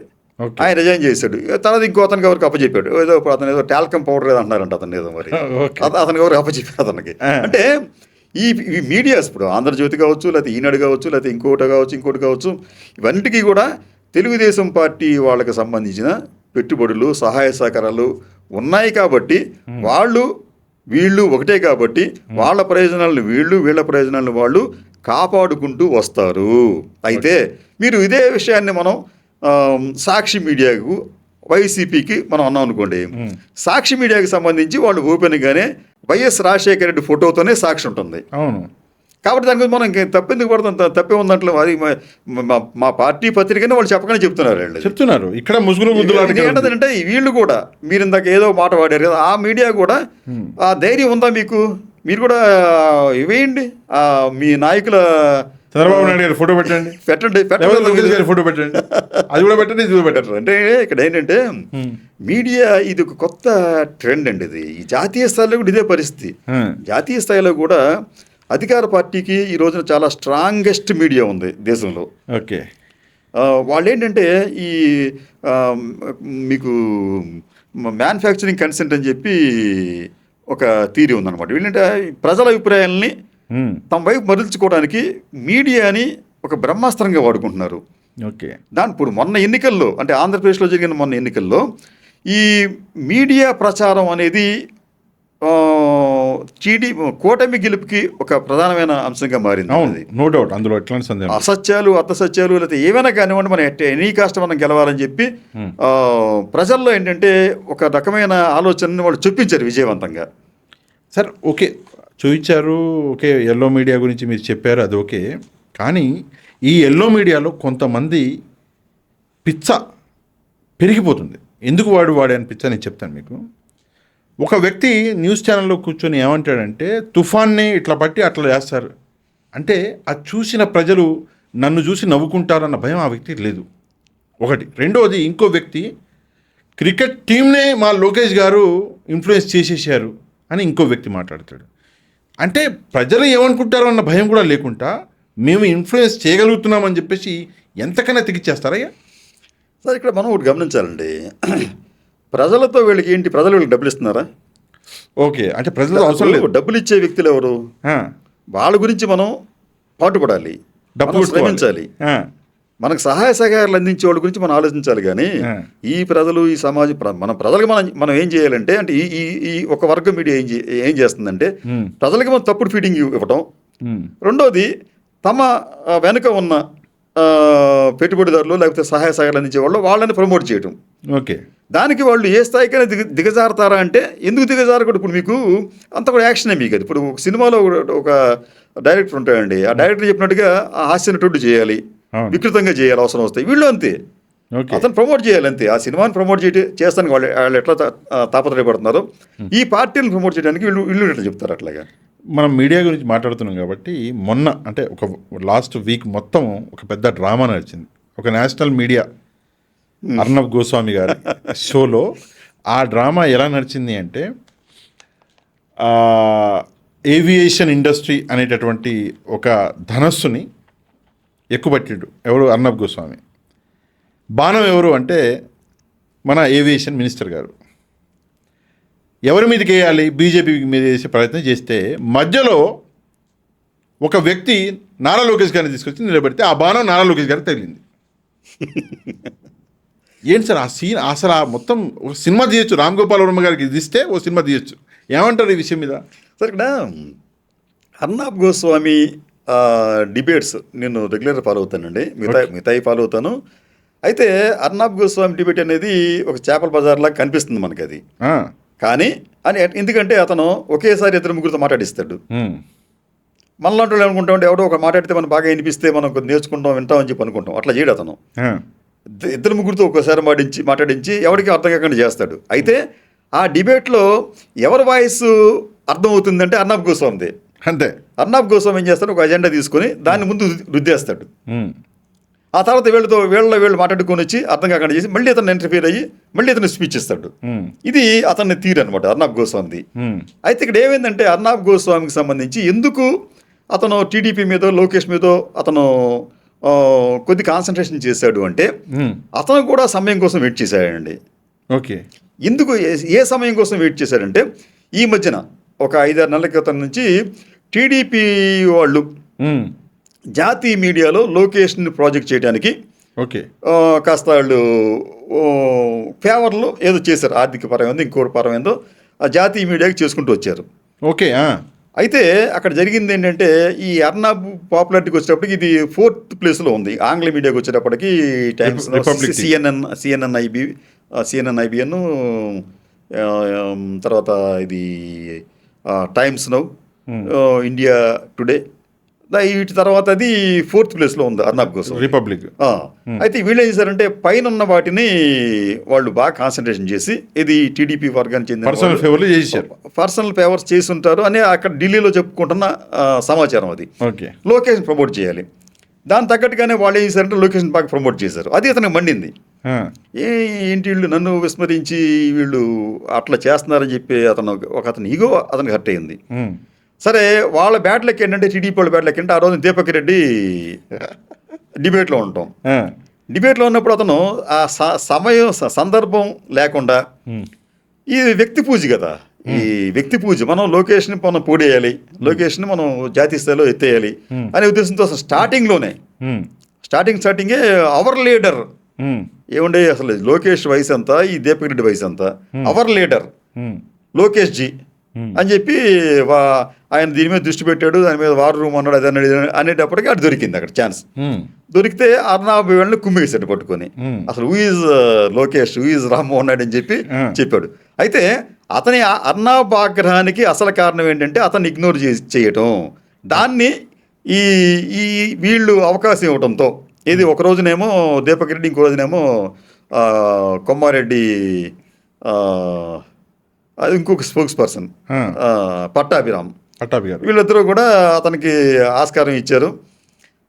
దాంతో అర్నాబ్ గోస్వామి రెచ్చిపోయాడు. దీంతో వీళ్ళేమో ఆయన రెచ్చిపోవడంతో వీళ్ళు బిక్క చచ్చిపోయారు. ఓకే. అంటే ఇక్కడ కూడా అంటే ఒక చిన్న విషయం. ఓకే, చంద్రబాబు నాయుడు గారు లేదా లోకేష్ గారి మీద కోపంగా ఉండే అర్నబ్ గోస్వామి, బట్ మధ్యలో బీజేపీ గురించి కూడా మాట్లాడాడు. BJP government failed, Modi government failed అన్నాడు. అంటే లేదు సార్, మోడీ గవర్నమెంట్ ఫెయిల్డ్ అని చెప్పలేదండి ఆయన. లేదు, ఏవియేషన్ మినిస్టర్ ఫెయిల్డ్ అన్నాడు. నేను ఆ వర్డ్ నేను 10 సార్లు చూసా అన్నాడు ఈ మాట. నా క్వశ్చన్ ఏంటంటే అర్నబ్ గోస్వామి ఎవరు అంటే బీజేపీ మనిషి అంటారు, జనరల్గా అంటారు. లేదు ఆయన ముద్ర. మరి మోదీ గవర్నమెంట్ ఫెయిల్ ఆ వర్డ్ వాడాడు, నేను 4 సార్లు చూసా. అదెందుకు? అది అట్లా వాడుంటాయంటే మనం కొద్దిగా అర్థం చేసుకోవాలి. ఎందుకంటే ఆయన కూడా ఏంటంటే కొద్దిగా మరి ముద్ర గట్టిగా పడింది కాబట్టి కొద్దిగా దాన్ని కొద్దిగా తగ్గించుకుందాం అని చెప్పి భావన కూడా ఆయన దగ్గర ఉండొచ్చు. ఓకే, అందుకే బీజేపీ పేరు తీసుకొచ్చారు. జనరల్గా ఎక్కువ వాడింది ఏవియేషన్ మినిస్టర్ మీద చెప్పారండి రామ్మోహన్ నాయుడు గారు. ఇప్పుడు మీకు వీళ్ళు ఈ మీడియా అంతా ఒకటేనండి. ఇప్పుడు దాన్నే ఢిల్లీలో ఏమంటున్నారంటే ఏదో గోడీ మీడియా అంటున్నారు, దాన్ని గోదీ మీడియా అంటున్నారు. అయితే ఈ మీడియా ఏంటంటే మోడీ గారు అద్భుతం, అమిత్ షా అద్భుతం, కానీ మిగతా వాళ్ళు సరిగ్గా పనిచేయరని చెప్పి చెప్తూ ఉంటారు అనమాట. ఏపీలో కూడా అంతే కదా. ఏపీలో మీకు ఆయనకు అనుకూలంగా మీడియా అంతా కూడా చంద్రబాబు నాయుడు ఎక్కువ మాట అందు ఆయనపై ఆకాశానికి ఎత్తేస్తారు. అయితే ఈ ప్రజల్ని పెడదో పట్టించడానికి ఏం చేస్తారంటే ఈ మంత్రులను బలిపోసలు చేస్తారు. మంత్రుల పనితీరు బాగుండలేదు, ఎమ్మెల్యేల పనితీరు బాగుండలేదు. మరి చంద్రబాబు నాయుడు మంచి జరిగితే చంద్రబాబు నాయుడుది, చెడు జరిగితే మంత్రులది అనే ఒక వ్యూహాన్ని వీళ్ళు విజయవంతంగా దేశంలోనూ రాష్ట్రంలో కూడా ఇంప్లిమెంట్ చేస్తున్నారు. Yellow media is equal to Godi media అనొచ్చా? మీరు ఎల్లేవేరు పదే అంటున్నారు. సరే, ఓకే, మీరు పోయినా కూడా బట్ యాక్చువల్గా మీనింగ్ అదే వస్తుంది, yellow media equal to Godi media. అప్పుడు ఒక మీడియా అనేది కొందరి ప్రయోజనాలను కాపాడటానికి తయారైతే దాన్ని మనం ప్రశ్నించాలి, తప్పలేదు. మీరు ప్రశ్నించవచ్చు, నేను చేస్తాను, తప్పేం కాదు. దాని మీద మనం ముద్ర వేయాలి. ఇప్పుడు వాళ్ళు ఇతరుల మీద ముద్ర వేస్తున్నప్పుడు మనం ఎందుకు వేయకూడదు వాళ్ళ మీద ముద్ర? నేను మొన్న విన్నాను సార్, ఒక టీవీ ఛానల్లో సాంబశివరావు గారు అని చెప్పి ఒక ఉన్నారు మన TV5లో. ఆయన చాలా బాధపడ్డారు మొన్న, నన్ను ట్రోల్ చేస్తున్నారు, నన్ను అది చేస్తున్నారు, ఏం చేస్తారో చేసుకోండి గనక అని చెప్పేసి ఆయన మాట్లాడారు. మరి ఆయన కూడా హీఈస్ ఆల్సో అన్ ఎక్స్పీరియన్స్ జర్నలిస్టే కాబట్టి ఏమంటారు సార్, ఆయన మీద ట్రోలింగ్స్ అవుతున్నాయంట సార్? ఇప్పుడు అసలు ఆ న్యూస్ ఛానల్స్ని ప్రజల కోసం కాకుండా తమ కోసం, తమ వెనుక ఉన్న వారి కోసం నడుపుతున్నందువల్లే ఈ ఇబ్బందులు వస్తున్నాయండి. ఓకే, ప్రజల కోసం నడిపితే అసలు ఏంటి పట్టించుకోరు వాళ్ళు. అసలు ప్రజలు కూడా ప్రశ్నించే ఆస్కారం ఇవ్వకూడదు న్యూస్ ఛానల్స్. కానీ ఎందుకు మీరు అమ్ముడిపోవటం, లేదా ఒక వ్యక్తికో ఒక పక్షానికి మీరు అనుకూలంగా మాట్లాడి వారిని భుజాన్ని వేసుకోవడంతో ఇతరులు మిమ్మల్ని ఆక్షేపిస్తారు, ఇతరులు మిమ్మల్ని విమర్శిస్తారు. ఇతరులని మీరు క్రిటిసైజ్ చేస్తున్నారు జగన్మోహన్ రెడ్డిని. మరి జగన్మోహన్ రెడ్డి వర్గం వాళ్ళు మిమ్మల్ని ఏదన్నా అంటే మీరు పట్టించుకోకపోతే ఎలాగా? మీరు పట్టించుకుంటే ఎలాగా? ఫీల్ అవుతే ఎలాగా? అంటే మీరు అట్లా చేయకూడదు. మేము మిమ్మల్ని అంటాం కానీ మీరు మమ్మల్ని ఏమనొద్దు అనేది తప్పుడు భావన కదా అది. ఓకే, ఇంకో విషయం సార్, చాలా అవసరం ఈరోజు మాట్లాడవలసింది. రెడ్ బుక్ రాజ్యాంగం అని నడుస్తుంది. మీరు ఆల్రెడీ దీని మీద చాలాసార్లు మాట్లాడారు, కానీ ఇది పీక్స్కి వెళ్ళిపోయింది ఇప్పుడు. అంటే ఎవరినో చంపితే వైసీపీ నాయకులను తీసుకెళ్లి జైల్లో వేసేంత లెవెల్కి వెళ్ళిపోయింది. దాని గురించి ఏమంటారు సార్? మరి ఇప్పుడు రెడ్ బుక్ అనేది ఇది లోకేష్ ఓపెన్గానే చెప్తున్నాడు. ఆయన టీడీపీ ప్రతిపక్షంలో ఉన్నప్పుడు మా మీద అరాచకాలు జరిగినాయి అని చెప్పి చెప్తున్నాడు ఆయన. ఆ రోజున అరాచకాలు జరిగినప్పుడు చేసింది ఎవరు? పోలీసు వాళ్ళు. మరి ఈ రోజున అరాచకాలు జరుగుతున్నాయి, చేస్తుంది ఎవరు? పోలీసు వాళ్ళు. అంటే పోలీసు వ్యవస్థ అనేది మౌల్డ్ అయిపోయింది. ఆ అధికార పక్షం ఏది ఉంటే దానికి అనుకూలంగా వీళ్ళు చేస్తున్నారని చెప్పి మనం అనుకోవాలి. కాబట్టి దీన్ని ఇప్పుడు ఏంటంటే లోకేష్ ఈ రెడ్ బుక్ పేరుతో ఈ అరాచకాలకు పాల్పడుతున్నారు అని ఆరోపణ. అయితే ఇది నిజమా కాదా అని చెప్పడానికి ఈ మధ్యన కేంద్ర హోంమంత్రిత్వ శాఖ రిలీజ్ చేసిన నివేదిక ఏమిటంటే, ఈ శాంతి భద్రతల విషయంలో అత్యంత అధ్వానంగా ఉన్న రాష్ట్రం ఆంధ్రప్రదేశ్. దేశంలో 28 రాష్ట్రాలు 8 కేంద్రపాలిత ప్రాంతాలు ఉంటే దాంట్లో మన రేటింగ్ అనేది కింద ఉంది మనది. అంటే ఆంధ్రప్రదేశ్లో 36 స్థానం ఉందంటే ఆంధ్రప్రదేశ్లో శాంతి భద్రతల సమస్య అధ్వానంగా తయారైంది. తప్పుడు కేసులు వందల సంఖ్యలో పెడుతున్నారు. అంటే ఇది నిజానికి చెప్పాలంటే ఇది ప్రమాదకరమైన టెండెన్సీ. దీన్ని భవిష్యత్తులో లోకేష్ ఎదుర్కోబోయే పరిణామాలు కూడా మనం ఆయన ఆలోచించుకోరు, మనం కాదండి అది. ఎందుకంటే వీళ్ళు ప్రత్యర్థులు ఊరుకోరు కదా. అంటే ఇక్కడ ఒక విషయం మనం గమనించాలండి. తండ్రి చంద్రబాబు నాయుడు, తనయుడు లోకేష్, వీళ్ళిద్దరి వైఖరికి వచ్చేటప్పటికి చంద్రబాబు నాయుడు ఎప్పుడు కూడా ఇటువంటి డైరెక్ట్ యాక్షన్ ఎప్పుడు చేయలేదండి ఆయన. అంటే ఇతరులని తప్పుడు కేసులు పెట్టడం, లేకపోతే ఇరికించడం, లేకపోతే వాళ్ళు హర్ట్ చేయలేదు అతను. ఎందుకంటే అతను ఎంతసేపు కూడా కాంప్రమైజ్ పాలిటిక్స్ అయినండి. పూర్వం ఏంటంటే ఈ కాంప్రమైజ్ పాలిటిక్స్ ఉన్నాయి. మీరు మా దాంట్లోకి రావద్దు, మీరు మీ దాంట్లోకి వెళ్ళొద్దు, మీ ప్రయోజనాలను మీరు రక్షిస్తాం, ఇట్లా ఉండేదన్నమాట. మీకు చంద్రబాబు నాయుడికి వైఎస్ జగన్ కూడా అటువంటి కాంప్రమైజ్ ఉంది అక్కడ. మీకు అనేక సందర్భాల్లో మీకు ఎందుకు బాలకృష్ణ కేసులో వైఎస్ జగన్ రాజశేఖర రెడ్డి సపోర్ట్ చేశాడు. అలాగే కొన్ని కేసుల్లో మీకు చంద్రబాబు నాయుడు వైఎస్ కుటుంబానికి జగన్ అన్నారు, యాక్చువల్లీ రాజశేఖర రెడ్డి. అవునవును, అది వీళ్ళకి అండగా ఉన్నాడు. అంటే ఆ రోజులు అంటే ఒక కాంప్రమైజ్ పాలిటిక్స్ ఉండేవి. దాన్ని చంద్రబాబు నాయుడు ఆశించాడు జగన్ దగ్గర నుంచి. దొరకలే. ఒక దశలో అన్నాడు కూడా, ఇటువంటి రాజకీయాలు మేము ఎప్పుడు చేయలేదు, పరస్పరం సహకరించుకుని రాజకీయాలు చేయాలని చెప్పి ఒక దశలో అన్నాడు ఆయన చంద్రబాబు నాయుడు. ఇది జగన్మోహన్ రెడ్డి ముఖ్యమంత్రిగా ఉన్నప్పుడు. కానీ జగన్మోహన్ రెడ్డి ఏం చేశాడంటే దానికి భిన్నంగా వ్యవహరించడం, ముఖ్యంగా చంద్రబాబు నాయుడిని అరెస్ట్ చేయించడం. అది చంద్రబాబు నాయుడిని అరెస్ట్ చేయించడం అనేది వాళ్ళు ఆయన కానీ ఆయన పార్టీ కానీ ఆయన సామాజిక వర్గం కానీ కళ్ళ కూడా ఊహించలేదు. చంద్రబాబు నాయుడు వాళ్ళకి ఒక దేవుడు లాంటి వ్యక్తిగా మారారు అక్కడ. ఒక విజనరీగా, కింగ్ మేకర్గా భావిస్తున్న తరుణంలో అతన్ని అరెస్ట్ చేయించారు. అప్పటికీ కూడా చంద్రబాబు నాయుడికి బాధ కలిగినప్పటికీ కూడా అతను తిరిగి ఇటువంటి సేమ్ అలాగే అణిచివేతలు అరాచకాలకు పాల్పడే వ్యక్తిత్వం కాదు అతనిది. అయితే అతని తనయుడు లోకేష్ మాత్రం దానికి భిన్నంగా వ్యవహరించాడు. మీరు నా తల్లిని అవమానిస్తారా, మా తండ్రిని జైల్లో పెడతాడని చెప్పి వ్యక్తిగతంగా దాన్ని తీసుకుని ఆయన ఈ అణచివేతలు ఇది రాజకీయ నాయకులనే కాదు, అసలు మీరు రాజకీయ నాయకులనే కాదు, మేము మాకు వ్యతిరేకంగా ఎవరు మాట్లాడితే వాళ్ళని కూడా మేము తీసుకెళ్ళి ఇబ్బందులు పెడతామని చెప్పి ఇప్పుడు ఎవరిని పెడితే వాళ్ళని తీసుకువెళ్ళి అరెస్టులు చేయించే పరిస్థితులు ఉంది అక్కడది. కానీ ఇది ఎంతో కాలం సాగదండి. ఇది జగన్ లోకేష్ కూడా ఇంక అర్థం కావట్లేదు అక్కడ. మీకు కోవిడ్ టైంలో మనకు మాట వినిపించింది, హెర్డ్ ఇమ్యూనిటీ అని చెప్పి. అంటే ఎక్కువైపోతే చివరికి అదే అది తగ్గిపోతుంది. ఇప్పుడు ఏమైందంటే ఈ అరెస్టుల విషయంలో కూడా కొంతమంది ఏమన్నారంటే చేసుకోండి, అరెస్ట్ అంతకని నువ్వేం చేయగలవు, చేసుకుందా అని చెప్పి లోకేష్కి సవాల్ విసిరే పరిస్థితి ఏర్పడింది. అంటే అరెస్టులు కూడా అపహాస్యం పాలయ్యే విధంగా ఆయన వ్యవహరిస్తున్నాడు. ఇది మంచి పద్ధతి కాదు. దీనికి సంబంధించి ప్రజల్లో మీకు బ్యాడ్ నేమ్ వస్తుంది. న్యాయ వ్యవస్థ కూడా ఒక్కొక్కసారి మిమ్మల్ని మందలిస్తూ వస్తుంది. కాబట్టి వాళ్ళ వైఖరి మార్చుకోవాలి. లేదు ఇందులో ఒకటి సార్, ఈరోజు నారా లోకేష్ గారు ఆలోచించట్లేదు, ఆయనే ఆలోచించుకోవాలి అన్నారు మీరు ఫ్యూచర్ గురించి. జగన్మోహన్ రెడ్డి గారు జగన్ 2.0 అని చెప్పి ఒక వర్డ్, రెండవది ఇవాళ బాగా నడుస్తుంది అది రప్ప అని చెప్పేసి. ఏంటి సార్ ఫ్యూచర్ ఏముండబోతుంది? ఇక్కడ ఒక విషయం అండి, అంటే జగన్ ఎలాగ వస్తే ఎంత ఎలా ఉంటుందంటారు పరిస్థితి? ఇక్కడ మనకి ఒకటి జగన్కి ఇప్పటికీ కూడా మనం అనుకున్నట్టు 40% ఓట్లు మనం వచ్చినాయండి. మీకు సాధారణంగా మన భారత రాజకీయాల్లో ఒకసారి మనం పరిశీలిస్తే ఒక 20% బేసిక్గా ఏదైనా పార్టీకి బలం ఉంటే ఇది ఓటర్లో వాళ్ళు ఏదో రోజున అధికారంలోకి వచ్చే అవకాశం ఉంటుంది. 40% ఉన్న అతనికి ఇంకో 5% 6% తెచ్చుకోవడం చాలా ఈజీ. రెండోది, ఈ రోజున జగన్మోహన్ రెడ్డికి గతంలో కన్నా కూడా ప్రజాదరణ ఎక్కువైనట్టు కనిపిస్తుందండి. ఎక్కడికి వెళ్ళినా జనం వస్తున్నారు. సరే, వీళ్ళు ప్రత్యర్థులు ఏమంటారంటే ఆయన అంతా కూడా పార్టీ కార్యకర్తలను తరలిస్తున్నారని చెప్పంటారు. ఇప్పుడు అధికారం లేనప్పుడు ఎవడు తరలిస్తే వస్తాడు? అధికారంలో ఉంటే వస్తారు. కానీ ఇప్పుడు ఈ రోజున జగన్మోహన్ రెడ్డి దగ్గరికి వచ్చి కనిపిస్తే వాళ్ళకి వచ్చే లాభం ఏముంది? అధికారంలో ఉన్న చంద్రబాబు నాయుడు దగ్గరికి, లోకేష్ దగ్గరికి వెళ్ళి కనిపిస్తే ఏం లాభం ఉండొచ్చు. కానీ ఇతని దగ్గరికి ఎందుకు వస్తున్నారు ఇన్ని వేల మంది అంటే ఇతని దగ్గర ఒక పవర్ ఉంది, ఇతని దగ్గర ఒక చరిస్మా ఉంది, ప్రజాదరణ ఉంది అనే విషయం జగన్ కన్నా కూడా లోకేష్కి, చంద్రబాబు నాయుడికి బాగా తెలిసి వాళ్ళు కలవరపడుతున్నారండి. ఓకే.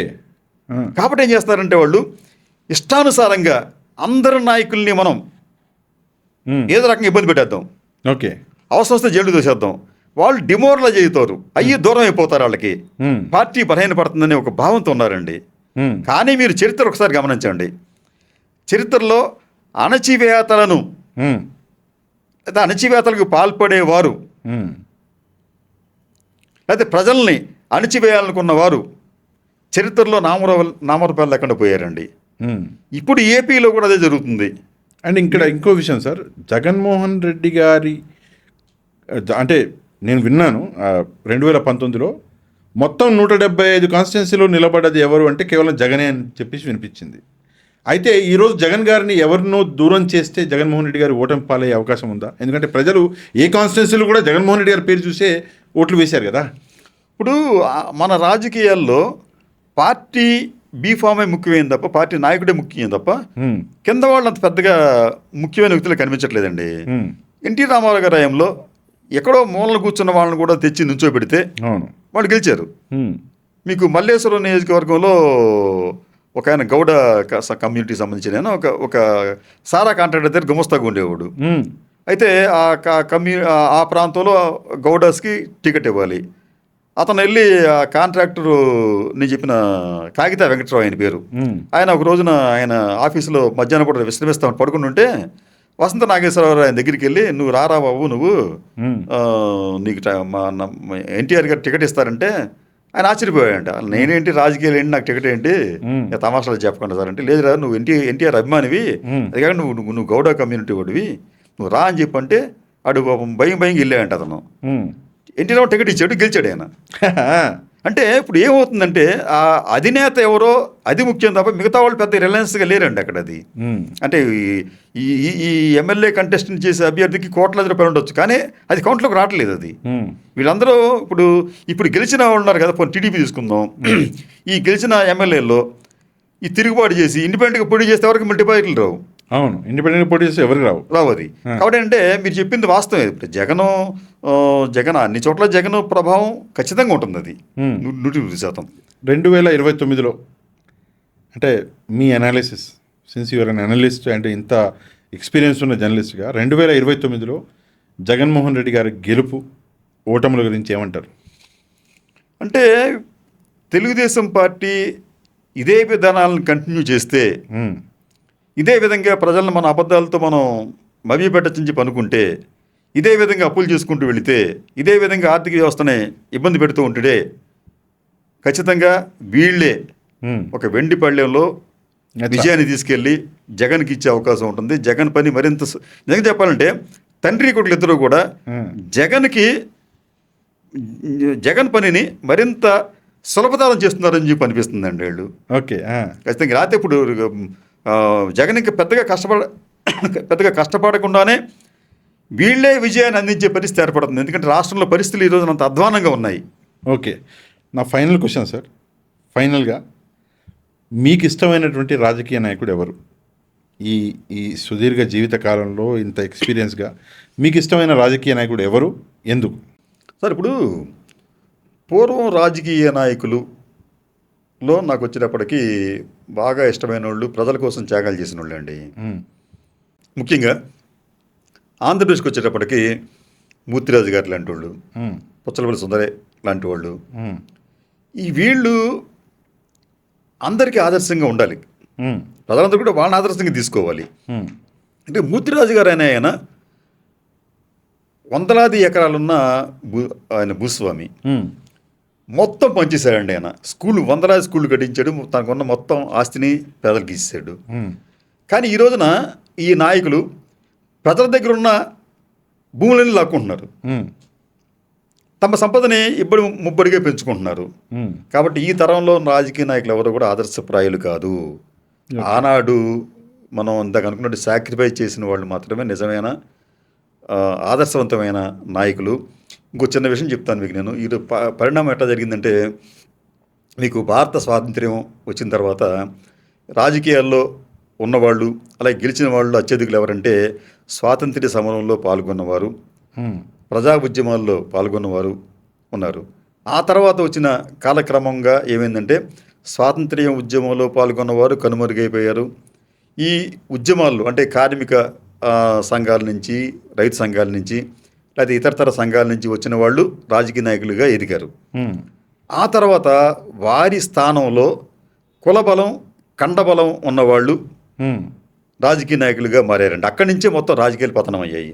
ఈ కులబలం, కండబలం ఉన్నవాళ్ళు గెలుస్తూ వస్తున్న తరుణంలో వీళ్ళు ఈ ధనవంతుల్ని ఇబ్బంది పెట్టేవారు. మాకు ఎలక్షన్స్కి వదిస్తావు, ఇది ఇస్తావు అని చెప్పి, అదే ఇంకో లైసెన్స్ కావాలంటే మాకు అందిస్తామని చెప్పి అనేవారు వీళ్ళు.